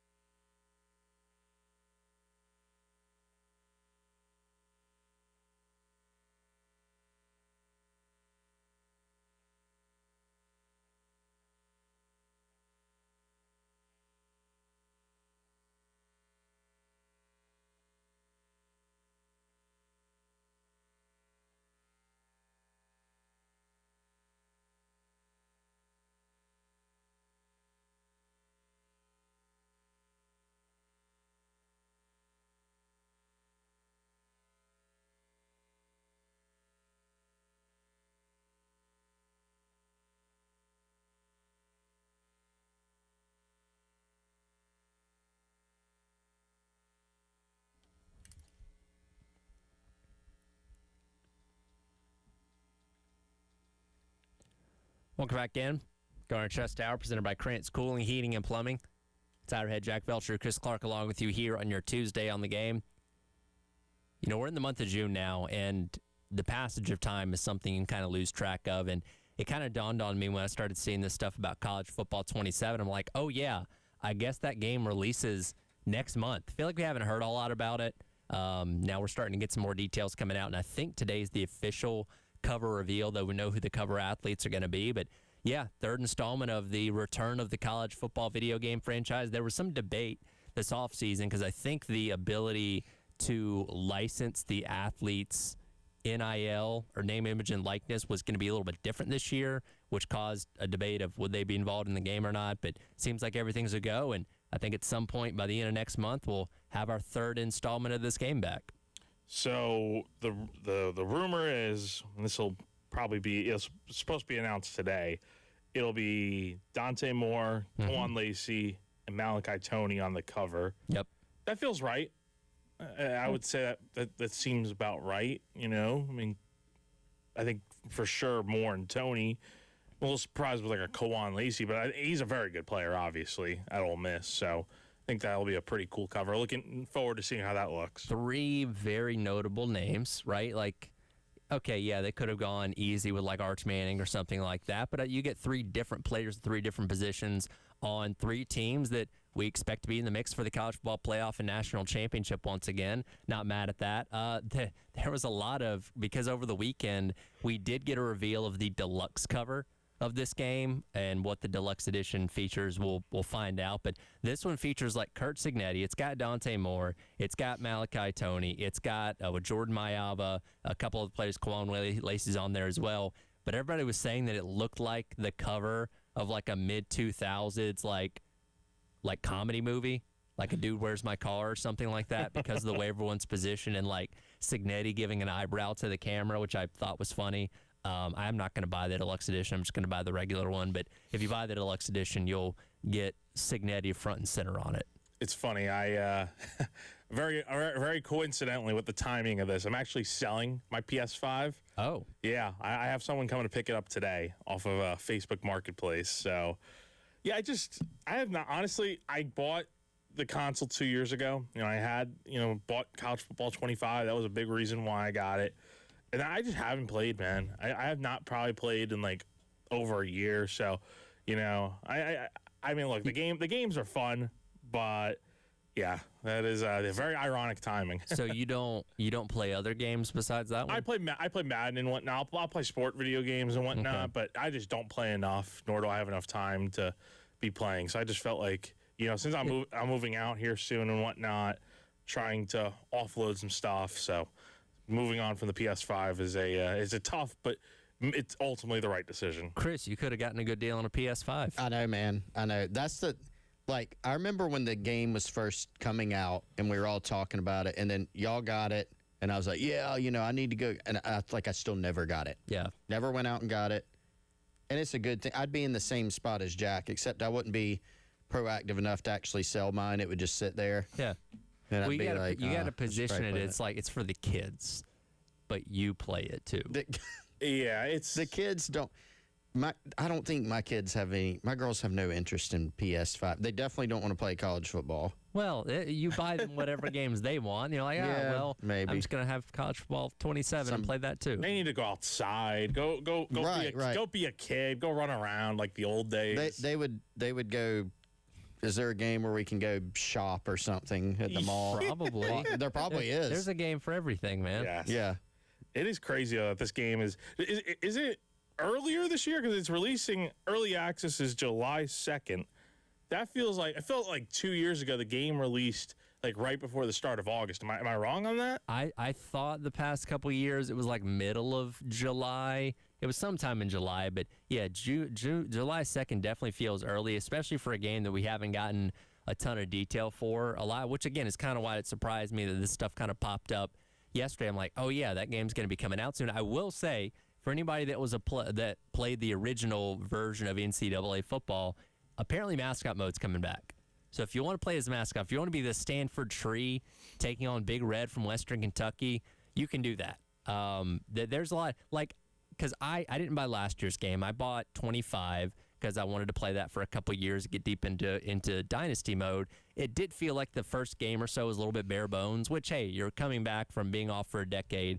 I can understand that, but they are kind of seemingly putting back some old features that people loved a lot in the original run of the game. The developers are rusty. Yeah.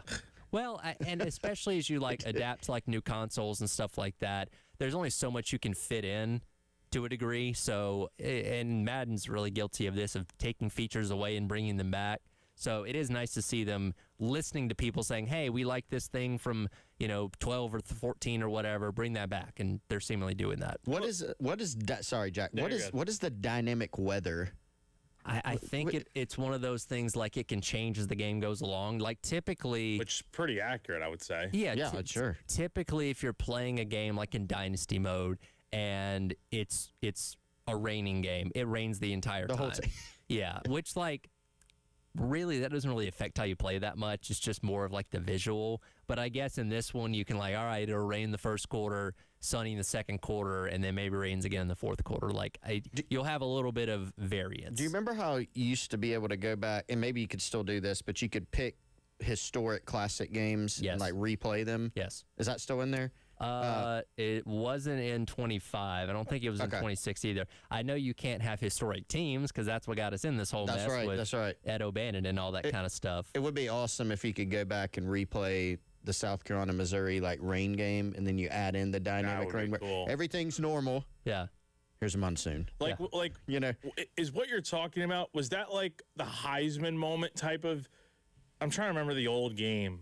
Like, wasn't that specifically meant for, like, the guys that were Heisman winners back in the day? Like, you replayed their Heisman moments. Am I wrong on that? Yeah, I think that was 13, I want to say, where, yeah, like, guys that obviously weren't in college anymore, you could go back and play some of their best moments. But, like, what I think what Chris is kind of talking about is, like, featured select challenges of, like, hey, here's a game scenario. Can you either do the same thing or rewrite history type of thing, which I'd be in favor of. That would be awesome. I just don't know if that's going to be involved in this or not. But either way, it's coming up soon, College Football 27, and I think we're supposed to get more details of it later on today.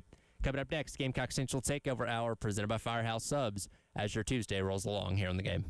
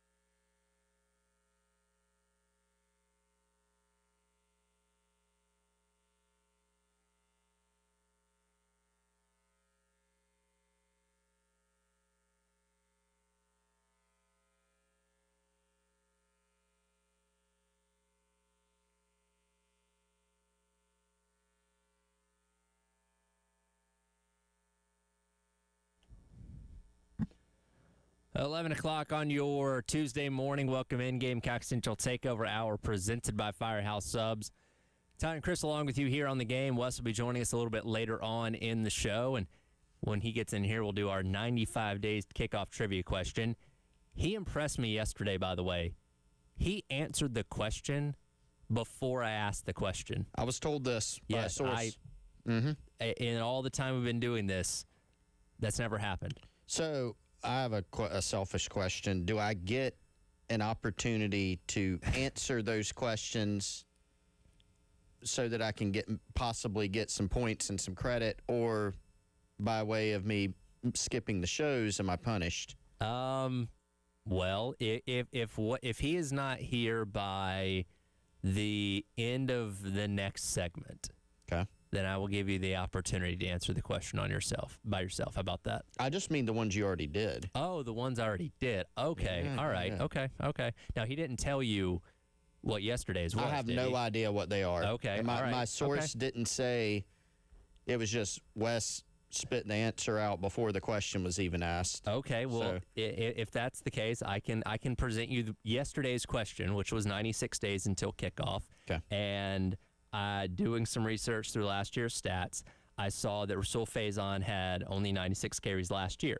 The question that would have been to Wes was, what was the last running back that had the most carries for South Carolina in a season that was less than 100, and what year? Oh, wow. And so that's the question that he answered before? Yes. At what point? Because I mentioned the thing about it's 96 days until kickoff. Rasul Faison had 96 carries a year ago, and he just spit out the answer. He told me he was just naming random running backs, but I was like, well, you answered the question. So who was the last lead running back for Carolina to have fewer than 100 carries in a season, and what year was that? And he got the year, too. Got the year. Well, no, I think he said the name, and I was like, well, you answered the question, and then I kind of told him the year. So you at least just have to tell me the running back. My goodness. And it was less than 96 carries. Or less than 100 carries. Less than 100 carries. Yes. Man, that's a good one. Which is why I was so impressed that he answered the question. Yeah. I'm going to take a random guess. I don't think it's right. Brandon Wilds. Not Brandon Wilds.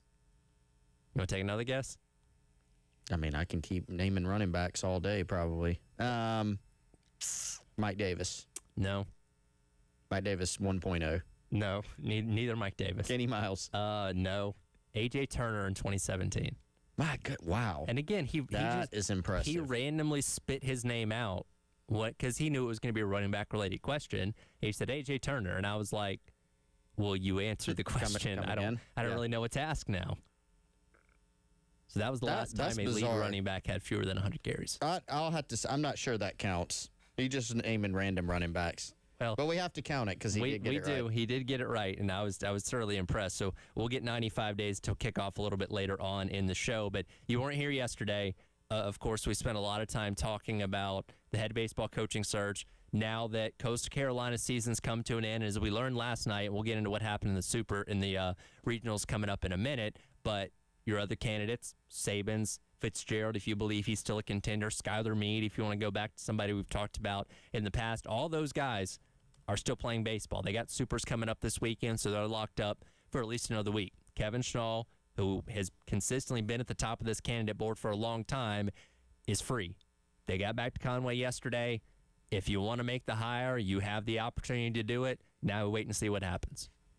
Yes, I'll wait and see. And again, if you ask people in the baseball community, if you took a poll, most people think that Schnall, like if you're placing odds on it, Kevin Schnall or this guy, or Kevin Schnall or these two guys, or Kevin Schnall versus the field, basically. Yeah. Most people would kind of bet on Kevin Schnall because he's just been linked to this job for so long. And, sometimes when you're heading into a coaching search or somebody linked to the job and you pretty quickly find out, he's not actually really that heavily in the mix. It was the opposite with Schnall. As you continue to dive into it, you learn he's in the mix. He's heavily in the mix. But I don't also, and I've said this before, this process did not start with this all roads lead to Kevin Schnall type thing. Mm-hmm. This search was not a farce. It has not been a farce. It's not been, just semantics. It's been a legitimate search that has included other people. Kevin Schnall's had, competition from the standpoint of being the pick for this job. And as we sit here at 11:05 on Tuesday, June 2nd, I still don't know whether or not, to be frank, he's going to be South Carolina's pick. That's what this thing comes down to, right? We can talk about this coach would take the job, he wants the job, he would leave, he wouldn't leave. There has to become a point where Jeremiah Donati and Michael Amarides, the president, and the board, that they all say, this is our guy. And frankly, Jeremiah Donati is going to have cachet to hire who he wants for this job. It's going to be his pick. The contract and making sure that the coach is a good citizen and all those things that the president and the board have to sign off on, yes. But this is JD's pick. It's going to be his guy. And I still don't think that we know for sure if it's going to be Schnall. So will it happen probably fairly quick? I mean, that's safe to say. But we have to make sure that he is going to be the pick. Steve Sabins he was thrown out for this job, pretty early in the process. And it seems like the more that you learned, you found out, okay, he's been a legitimate candidate. And he's done a really good job there. I mean, look, he's only been a head coach for 2 years. But in 2025, they won the Big 12, went 44-16, 19-9 in conference, made a super. Year 2, right now, 43-15, 21-9, second in the conference, and once again in the supers. Pretty good, 2-year sample. Kevin Schnall, small head coaching sample size. Be really, he could have only done one thing to top what he did last year. Sure. That's win the College World Series. And then this year, got bounced in regional, but had kind of some tough injury luck. Has done a really good job, has a track record, right? So, and whoever else is in the mix. The point is there's some good coaches that have been in the mix for this thing where it's not just, they're just kind of going through the motions so that they can eventually hire Kevin Schnall. I think there has been behind the scenes much more of a process, a very in-depth, thorough process. Could it lead to Schnall? It could. Yep, so we'll see. Well, and I think the timing of Schnall's season being over and all these other potential candidates like a Sabins still playing for at least another weekend does put you in an interesting spot where if you want to hire Schnall, the opportunity's there. Again, they got back to Conway yesterday, so you could theoretically have that sit-down interview with him sometime this week and make the hire by the end of the week. But the longer this goes on, say into next week, the more doubt of, okay, maybe Schnall wasn't the slam dunk number one that some might have thought he was. Now, again, that doesn't mean he still can't be hired later on in the process, but if he was far and away okay, it's him, and then a large gap to option number 2, say that is Sabins, then why wouldn't you go ahead and make that hire? So the timing of this with Schnall's availability right now is going to tell us a lot about, I think, the candidate pool and where things stand if this hire is made this week, next week, or whenever. Because, again, he's the only candidate in terms of the major ones that we talk about that is free right now because the season's over. Yeah, and I think this happens in searches a lot when you're trying to get information. And you can ask a question like, if Kevin Schnall gets offered the job, which we don't know whether or not it has been, if he gets the job, do you, person you're asking who probably knows or may know, a source, in other words, will he take it? You have to be very, because a lot of times you'll get an opinion. I think he will. I think he won't.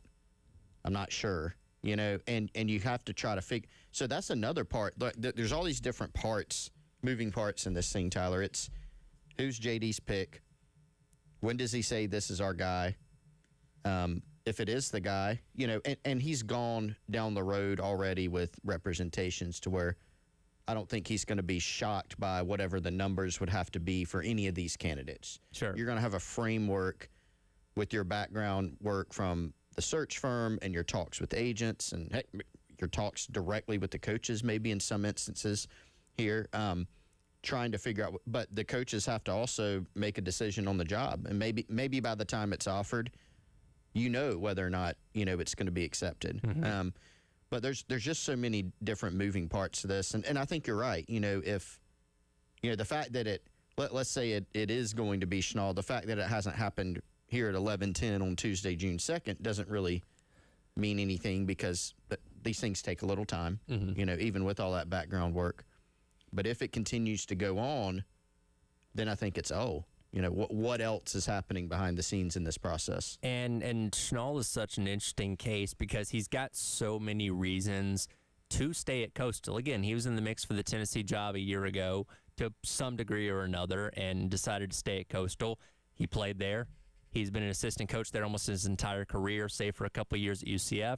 And then obviously got the opportunity to be the head coach and took them nearly all the way to winning the national championship a year ago. Again, he seems to like Conway a lot. Yeah, his salary pales in comparison to what he could potentially make here, but money isn't the end-all be-all for every single person. So you are fighting against somebody that does have deep roots where he's currently at right now that might be enough for him to say no.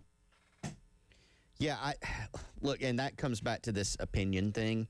And you've even seen this. If you've paid attention for a long time on social media, there's been multiple camps in this thing, and frankly, a lot of times it's divided among team lines, right? Yeah. You got South Carolina fans saying, of course he would take this job, or just other observers of SEC baseball.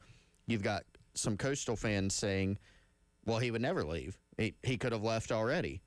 He's got a great job. And I think legitimately there could be some elements of this thing's gone back and forth. At one point, it's a no in Kevin Schnall's mind, and then at some point it becomes a yes. And look, what we do know, and Coastal Carolina obviously has done a tremendous job with athletics with their baseball program, but they're well-resourced at their level. But there is going to be a difference, and this is not a slam against anybody, obviously. Chance Miller, AD there, did a great job here.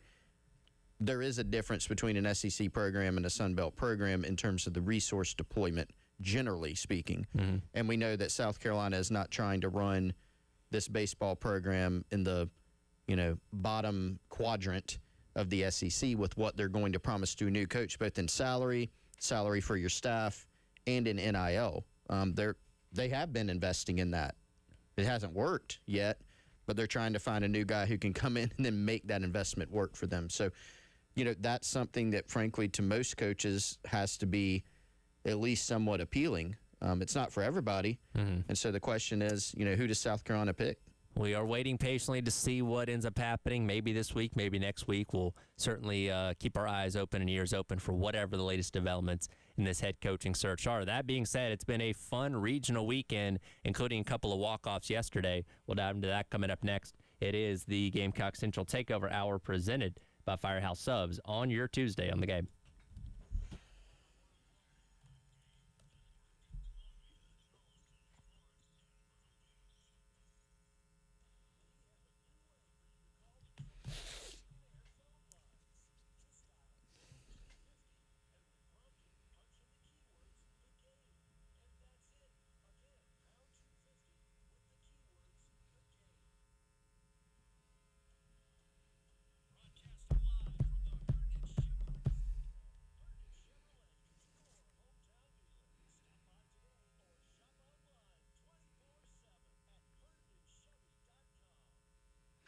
All right, everyone, let's tell you about our friends over at Integrated Media, integratedmediainc.com.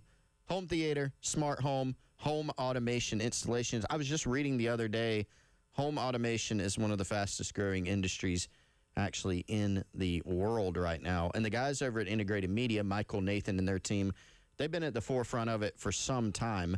They can go into your home, turn your home into a smart home by connecting your lights, devices, thermostats, security and cameras, basically anything audio-visual, anything tech-related. You can tie it all into a smart home system where you can control all of it from the touch of a button, whether you're at the neighbor's house, outside, upstairs, in the next room, or away on vacation. You can keep an eye on everything at your house and optimize it fully. They've been to my home. They've been to Wes's home. Let them come out to your home or business, automate things, turn your home or business into a smart home or business. 948-8327.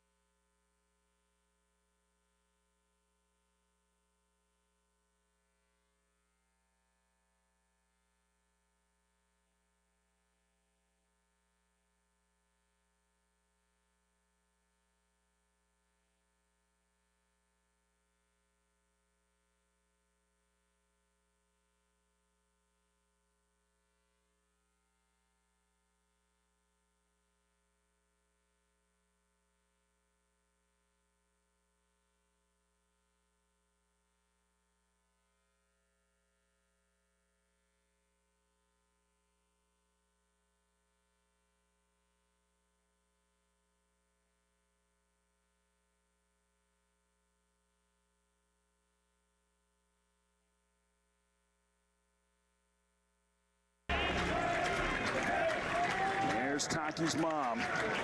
She's been living and dying on every pitch. Taki in the air to center. Burris going back.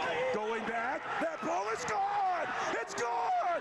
Dayton Taki sends Oklahoma to Super Regionals.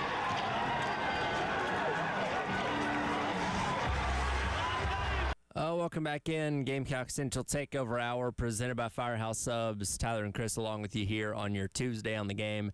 I was called yesterday at the Atlanta Regional where Oklahoma in the winner-take-all elimination game ends up walking off Georgia Tech in the bottom of the 10th inning. Dayton Taki with the home run there to send the number 2 seed packing, which means both UCLA and Georgia Tech, the top 2 seeds in the tournament, not advancing on to Super Regionals. That highlighted what was a very chaotic regional weekend where 7 of the 16 host seeds not advancing to Supers. Yeah, absolutely wild. This had been, and I've been watching too, Tyler, West Virginia, we were just talking about their coach, Steve Saban's, they had a couple just completely insane games against Kentucky. Huge hits. Kentucky had a epic collapse in the first game. The one last night was wild. Yeah, UCLA, who had a historic, they had, what, they lose 9 games this season or something? They were the wire-to-wire number 1 team. the whole season. That's hard to do, and they lose, and that's created another talking point of, you've got these hosts and people are walking them off, and it's like, why is that happening? Which I think is a very fair point. It is. Look, the NCAA is very funny when it comes to these home site postseason things. We've seen that in the past with Carolina baseball. Obviously, when the women's team gets to its first couple rounds of the NCAA tournament, there's a lot of things they tell you that you can't do. Walk-up songs, certain things being played, certain traditions. And the thing that drives me the most crazy is the fact that these teams that did earn the right to host do have to end up being the away team in certain games, including winner-take-all elimination games. So as much as I dislike Georgia Tech, I did feel bad for them in that sense, and they didn't get to have the last at-bat yesterday, and Oklahoma got to walk them off on their own stadium. Yeah, I mean, that ball was crushed, too. Yeah, it was. It was a cool moment. They're showing the mom in the stands, and she's like, can barely bring herself to watch. Did you see earlier in that game, Dayton Taki, the batter for Oklahoma, got hit with the ball below the belt, and the first baseman for Georgia Tech was laughing at him? Yes. And I thought, well, there's your justice right there. Yeah. There's been little poetic justice. I also thought, even though they lost to take it to softball, did you see the clip going around of Woolery, looking at the Texas Tech pitcher? I think it was Nigeri Kennedy. Mm-hmm. And she hit that homer to tie the game late, but she was just like smiling and nodding at her like, I'm about to hit a home run. Yeah. Yeah. It's just and then she went and did it. It was pretty epic. Now they lost, so it didn't really have the same. You watch that clip and you're like, oh, that probably spurred them on to a win, and you find out they lost. But there's just been so many huge moments and so many big time teams that have gone down, right? The top 2 seeds in the tournament are out. You've got Troy beating Florida in Gainesville. You've got some legit, Cinderella story. Some of the teams that we thought would be here are here. A couple of the ones we thought would be here are definitely not. And then you got Troy, you got St. John's, Cal Poly. What's their mascot, Tyler? Oh, is it? I have no clue. It's not a Mustang, is it? Hold on, let me look this up. I don't even know. But they got West Virginia in the Morgantown. Oh, they are region. the Mustangs. Oh, got good it. call. I just wish Milwaukee could have gotten it done against Auburn, because they were horrendous at the beginning of the year, and the fact that they could have gotten to a super would have been awesome. Yeah, they were kind of the story of the weekend, because they took it to Auburn on Friday. Then I had to play them twice between Saturday and Monday. But yeah, and that's the thing we've talked about a little bit in the past couple of days. The college football playoff. We know when the James Madisons and Tulanes of the world get in, they don't have a chance, and those teams have rightfully gotten smoked in their first couple of appearances in the playoff. The NCAA, men's basketball tournament hasn't quite been as chaos and upset filled the past couple of years, and NIL may have, and the portal may have something to do with that. The women's tournament's always straightforward, and I saw somebody make this point on Twitter last night. The college baseball tournament, and to a degree the softball tournament as well, are kind of the last things that have that college tournament feel to them, where there's the unpredictability, the excitement level, and all that kind of stuff. And I do think there's something to that. It does kind of feel like you're watching college sports of old still when you're watching the NCAA baseball tournament, that some of these other sports don't quite have that shine as much anymore. Yeah, I feel like there's still especially when you just saw when you're watching what we've watched, there's kind of a purity to it. Yes. Now guys are getting paid. They're getting paid very well. Generally, and not at every school, but generally, now you can be on scholarship. When we were all watching South Carolina on that run, 2010, 2011, 2012, winning 2 national championships, a lot of the guys that you saw out there, A, they definitely weren't getting paid. B, some of them were just trying to get a piece of a scholarship. That was back in the 11.7 scholarship days. Now you watch a big-time SEC team, and they're all getting a scholarship, and generally are getting paid.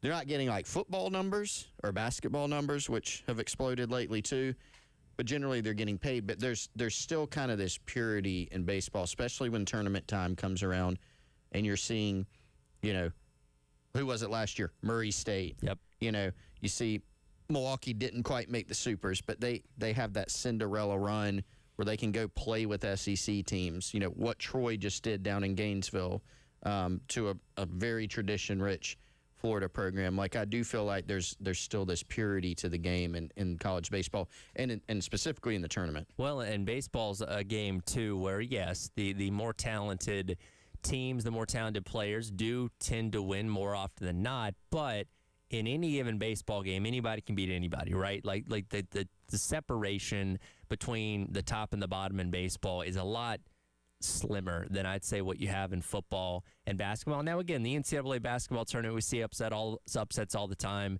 or at least did in the past, where, hey, a low-end team just has a great day. They're making their threes, they're blocking shots, whatever it may be, and they knock off one of the big dogs. But baseball, the margins are a lot thinner, and the difference between what an Auburn has and what a Milwaukee has isn't quite as great, to where you can see some of those results we had over the weekend, and again, allows you some really cool moments and some great atmospheres too. And that was the thing, from last night watching West Virginia, and I'm glad they stuck around for Country Roads after it. Like, that place was hot the entire time, and that's what you love to see in these postseason environments. We obviously have seen that in years past at places like Founders Park, that it's just really cool to see all that in addition to having a fun, exciting, unpredictable tournament like we've had so far. Well, the one that everybody has been passing around as of late is, LSU comes to town, Ethan Petrie hits a homer off Skeens, and Founders comes unhinged, and you're like, that's a regular season game. And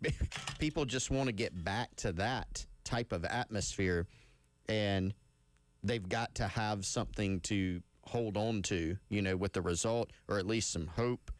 You just want to get back to that type of atmosphere and then be able to have, we've seen regionals and supers hosted here. Like, that's what fans want so bad with this next hire. Was that because that was the 2023 season when that happened.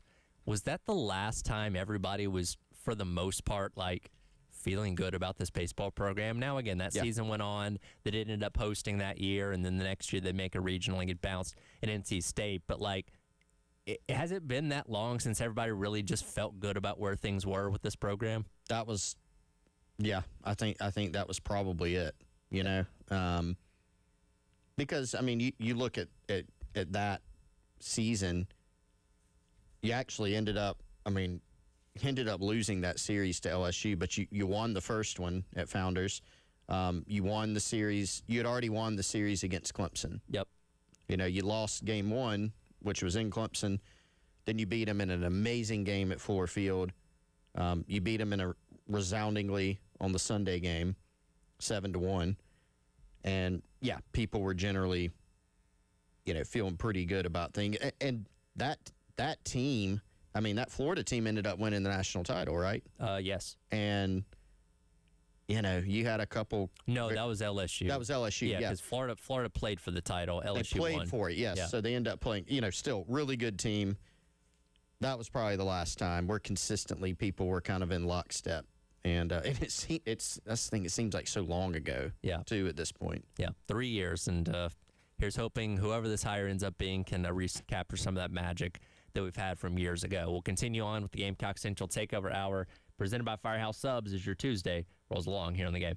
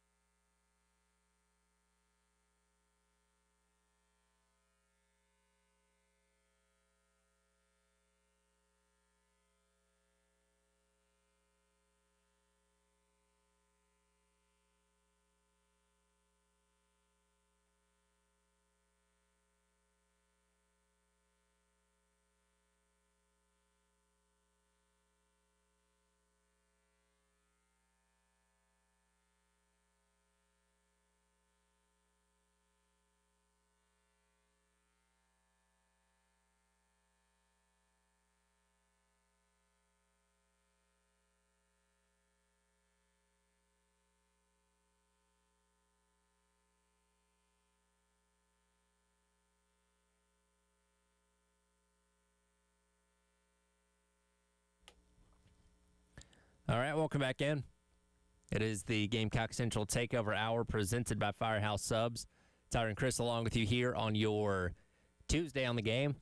Don't know if we were expecting a ton of men's basketball news in the month of June, but 2 days in and two headlines yesterday. South Carolina receives a commitment from Spanish professional Juan Fernandez out of the transfer portal, as we knew Paris was likely going to round out the last couple of spots on his team with international players, so that's one there. And quite literally just a few minutes ago, we've now learned another assistant coach has been added to the staff, that being Steve Smith, the longtime assistant in quite a few places around the ACC, most recently from Boston College, of course, formerly at Florida State and Clemson as well, has now been added to Lamont Paris' staff.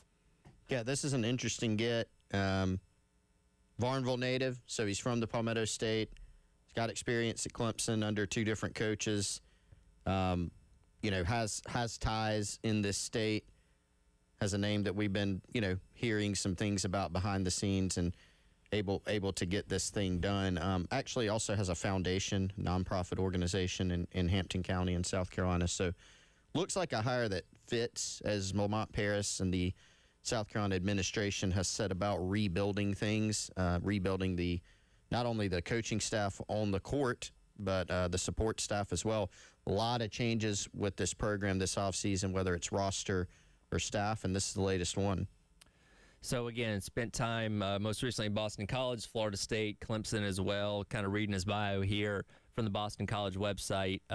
They credit him for a lot of the success that those Clemson and Florida State teams have had in years past, particularly when it comes to recruiting and development, which is obviously something South Carolina needs. And I feel like when it comes to men's basketball or basketball in general, we don't harp on the assistants quite as much as we do like in football when it comes to like offensive and defensive coordinators and stuff like that. But this is obviously a coaching staff that needs help in the recruiting and development process, and hopefully Steve Smith is somebody that can check that box. Well, yeah, I think that's one of the things that we've heard this offseason is, obviously when the results have been what they have been, taking a deep dive under the hood of the program, what are the issues? And I think some people have wanted to just chalk it up to, well, they didn't have enough NIL money, right? Has that been a component? Sure. And again, that's a complicated conversation that I don't think we need to relitigate today. But obviously it was deemed that some additional changes needed to be made too, right? And so that can be everything from, all right, how are you evaluating, high school talent? How are you evaluating transfer portal talent? Because they've been pretty transfer portal heavy, and as of late, it has not worked. So what are your processes there? I think when you looked at who South Carolina was involved with this past cycle, some of the kids did end up going elsewhere. The Turkish Tower, he ended up going elsewhere. Carter Knox, right? There was a few guys that ended up going elsewhere, but they also landed some guys that did have some heightened competition as compared to maybe, say, last recruiting cycle in the transfer portal. You've landed a guy now that's a professional player, right? So you can tell that the resources have changed and have been up there, which was needed. Mm-hmm. But another thing was needed was to change up some of the other parts too. How are you evaluating? How are you developing on the court? And so Steve Smith's someone that, makes sense, I think, from a development standpoint and a track record standpoint. That part, to me, has been a very important aspect to this offseason. How do you feel about Paris going the professional international route? There's obviously a lot of controversy around like Will Wade basically building his entire team that way. I mean, if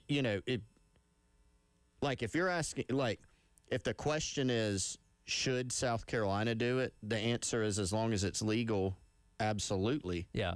I think because, you look at one of the biggest deficiencies on this roster was the play of the bigs. I think we went through it last year.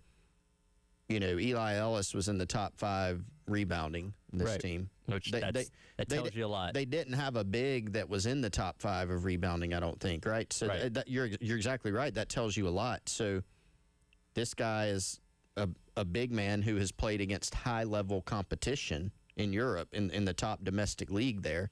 So he checks a lot of those boxes. So yeah, if other people are doing it, absolutely. I think that's my answer. And from what I've heard, I think a lot of these international pro players, you can usually get them at a better rate than you would like in country talent. Because I don't know if this is them not asking for more, but it seems like a lot of these guys don't end up going for a ton on the NIL market. So you almost maybe kind of get a better deal with some of these guys too, compared to what you would get from somebody just out of the transfer portal from another school. Yeah, that can be the case. I also think here's something else that's going to be interesting to watch is the NCAA and this rule's kind of been in place, but they're trying to crack down on the international player type thing. Yeah. And so many programs have done it as of late. South Carolina's one, but you mentioned LSU. I think UCLA's at like a bunch of you could go through a bunch of programs have gone this route. And so, will that happen? Will it happen this year, or is it kind of more of a future thing? I think that's going to be interesting because a lot of people do want that cleaned up. They're looking at it going, all right, it's college basketball. You have 6 kids who were just in a Euro League last year and are, Juan Fernandez is 23 years old. Mm-hmm. But if that's the structure that you have right now, frankly, it'd be kind of silly not to take advantage of it. Sure. Put yourself on the playing field that everybody else is on. I think that's the smart thing to do. Yeah, and again, it's not the Illinois or LSU route of, well, the entire team's going to be this. For now, it's one guy. Could be a couple more. I forget. They may have, I think, 2 or 3 more roster spots they could potentially fill out. But, yeah, it's not as egregious as teams doing this for just their entire roster. And until the NCAA does create some kind of rule or crack down on this, it is fair game for the time being, which is why schools are obviously doing that. We'll come back. We'll wrap up hour number 1 of the Garnet Trust Hour, of the Gamecock Central Takeover Hour presented by Firehouse Subs. See if Wetz gets in time for the 95 days until kickoff trivia question. That's coming up next here on your Tuesday on the Game.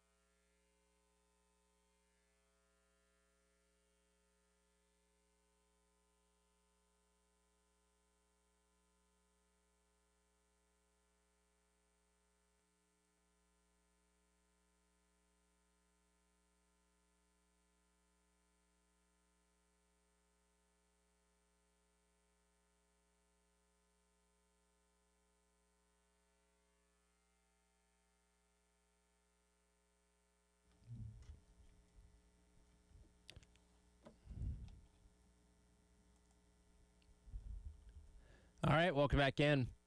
It is the Gamecock Central Takeover Hour presented by Firehouse Subs. Tyler and Chris along with you here on your Tuesday on the game. Don't know if Wes is going to make it in, so it looks like you will be running unopposed for today's 95 days until kickoff trivia question. Okay, now one question. So you did give me an opportunity to try to answer the one from yesterday, which I failed. Yes. What about Friday, though? Okay, and I was just thinking about this because I had to remember what Friday's was. Now, so we can just trade it. Yeah, you can potentially. Now, neither one of you were here on Friday, so Jack was here. That's right. He did not get the answer right, so he did not get to choose who got the point on that one. That question was, in the 1999 season, famously Carolina went 0-11, what was the one game that they played to a one-score final score? Oh, gosh. I have no idea. You take a guess. It's probably not Clemson because of how the season went, but let's just say that for fun. It was Vanderbilt. Final score was 11-10, and you may be able to answer this question. Wes and I talked about this yesterday. Carolina got to 10 with 2 field goals and 2 safeties. Do you know of any other game in the program history where they scored 2 safeties in one game? So there actually was one? No, I don't know. No. Because I'm like, I don't know. Was that the only game they've ever scored 2 safeties? I can't think of another one. And I couldn't find any. And look, the farther you go back, the harder it is to find box scores and stuff like that. But to my knowledge, and maybe somebody can correct me if I'm wrong, Firehouse Subs text on 803-404-6100, that might be the only time they've scored 2 safeties in a game. Now, the last one, I'm assuming Vanderbilt ran out of the back of the end zone or something because his time was expiring to just not surrender like a fumble return touchdown. But yeah, Carolina scored 2 safeties in that game to help them get to 10 points. Whew. Yeah, I was just looking at the box score. This is from this is hilarious. It's still up on ESPN.com, and it's like the old version of their website. Yep, I was reading that one too. I mean, this is unbelievable. It's like one little menu. Y'all got to Google that 11-10, 19. But beware reading about it. What an ugly game. Well, that whole season was ugly. There's a reason it's not remembered fondly. And, when you don't win any games, that's not something that we talk about a lot. But I thought that was an interesting quirk to that game that spurred the discussion of, hey, has that ever happened before in program history? So what you got today for us? All right, 95 days until kickoff. And yes, before anybody texts in, I'm aware John Abraham wore 95. I think I asked him about him last year. So I'm trying to mix it up a little bit and get a little more creative with some of the ones this year. Earlier on in the morning, Jack and I were talking about the number 95 in reference to drives of 95-plus yards, which South Carolina had 8 of them last year in the 2025 season. Between those 8 drives, because Carolina did not score on any of those drives, how many points did they surrender to opponents on drives of 95 yards or more? Okay, let's go back and make sure I have the context. Yes. You're saying South Carolina's offense put together 8 drives. They faced 8 drives of 95 yards or more. So they did not them going 95 yards or more, but they started on their own 5-yard line or longer 8 different times last year. Okay. Yes. That is the context of the drive itself. I was like, that doesn't make sense. Okay. The field they were facing was 95-plus yards. And they did that 8 times, and they didn't score on any of them. They didn't score on any of them. Incredibly surprising. But opponents scored multiple times. Okay. How many times, or what is the total number of points surrendered on those drives that started within their own 5-yard line? And that can be, if, for instance, they, this is a hypothetical. I don't even think this happened. If somebody, if you got to the 10 and fumbled and somebody ran it in for a touchdown, or if you just punt in the opponent. So you're saying directly off of plays from South Carolina's offense. So these are plays the defense of the other team would have scored. Okay, gotcha. I will tell you, there were 3 scores that happened. What is that number? Man, you're going to have to tell me what those are. But if it was, people are probably like, you're an idiot, Chris. But if they directly happened, it couldn't be like you fumbled and then an opponent ran 3 plays and kicked a field goal. That's not direct. That's not direct. I'm talking about occurring while the offense is still on the field. Okay. So it can only be touchdowns and safeties. And yes, the extra point counts for the touchdown. Yeah.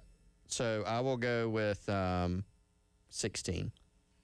Not 16. 11. Okay. So you had the pick 6 against Clemson. Yep. So that Yep, will count for 7 points. You had a safety against Virginia Tech. Yep. Where you started on your own 2-yard line.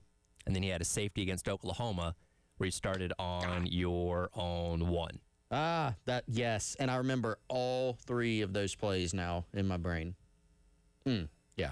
Yeah. I couldn't think of the other touchdown other than the Clemson one, but I'm like, maybe there was one I'm just forgetting. So yeah, that's a bummer. Now, were there other pick 6s last year? I don't know. There might have been, but none of them backed up that far. Yeah. That was that one, man. I mean, that game that was a weird game. Yeah. You had Carolina not doing much offensively and getting 2 long touchdowns. You had the long touchdown to Nick Carver. You had the long touchdown where Dre Jacobs kind of gets it in between 2 defenders, makes a miss, and just runs it. You had the, I think it was Brian Thomas Jr. strips Cade Klubnik, which should have been a huge play, but then he just picks it up and runs it in for a touchdown. Yeah, BTJ did everything right on that play. I mean, but the ball just perfectly bounced back into his hands. And then you had, the interception, the controversial interception that didn't look like an interception in the end zone by Clemson. Yep. But I remember specifically, I'm sitting there watching that game, and you're like, as poor as this thing's gone for Carolina, they've got a chance to put together a drive right here. You're backed up, but you got a chance to put together a drive, and the crowd's all keyed up, and then just immediate. I mean, that was one of the biggest switch flips you'll ever see. I replayed the radio call of that play earlier when Jack and I was talking about it, and Todd was almost kind of numb. Right, and again, that was the end of the season. We had seen Carolina shoot themselves in the foot countless times in the fourth quarter, but for a guy that brings as much energy as he does, he was just dead on that call because it's I can't believe that happened. You were just getting keyed up for that play and that drive. Okay, 3.5 minutes to go. Carolina's got the length of the field to go. Can they score and salvage something out of the end of this season? And then you blink, pick 6, and the game's over. Yeah, that was a buzzkill in that stadium because I think some people I'm in the stadium, the game. I think some people around me had convinced themselves this as crazy as this thing's gone, we're about to go win this game, and right off the bat, no. So a tough ending to a tough season, almost fitting. With just how things went. Got to get away from that. Here's hoping we don't experience those kind of lows this upcoming year. 95 days until we find out with South Carolina and Kent State. That'll do it for the Gamecock Central Takeover Hour presented by Firehouse Subs. Halftime show up next as your Tuesday rolls along here on The Game.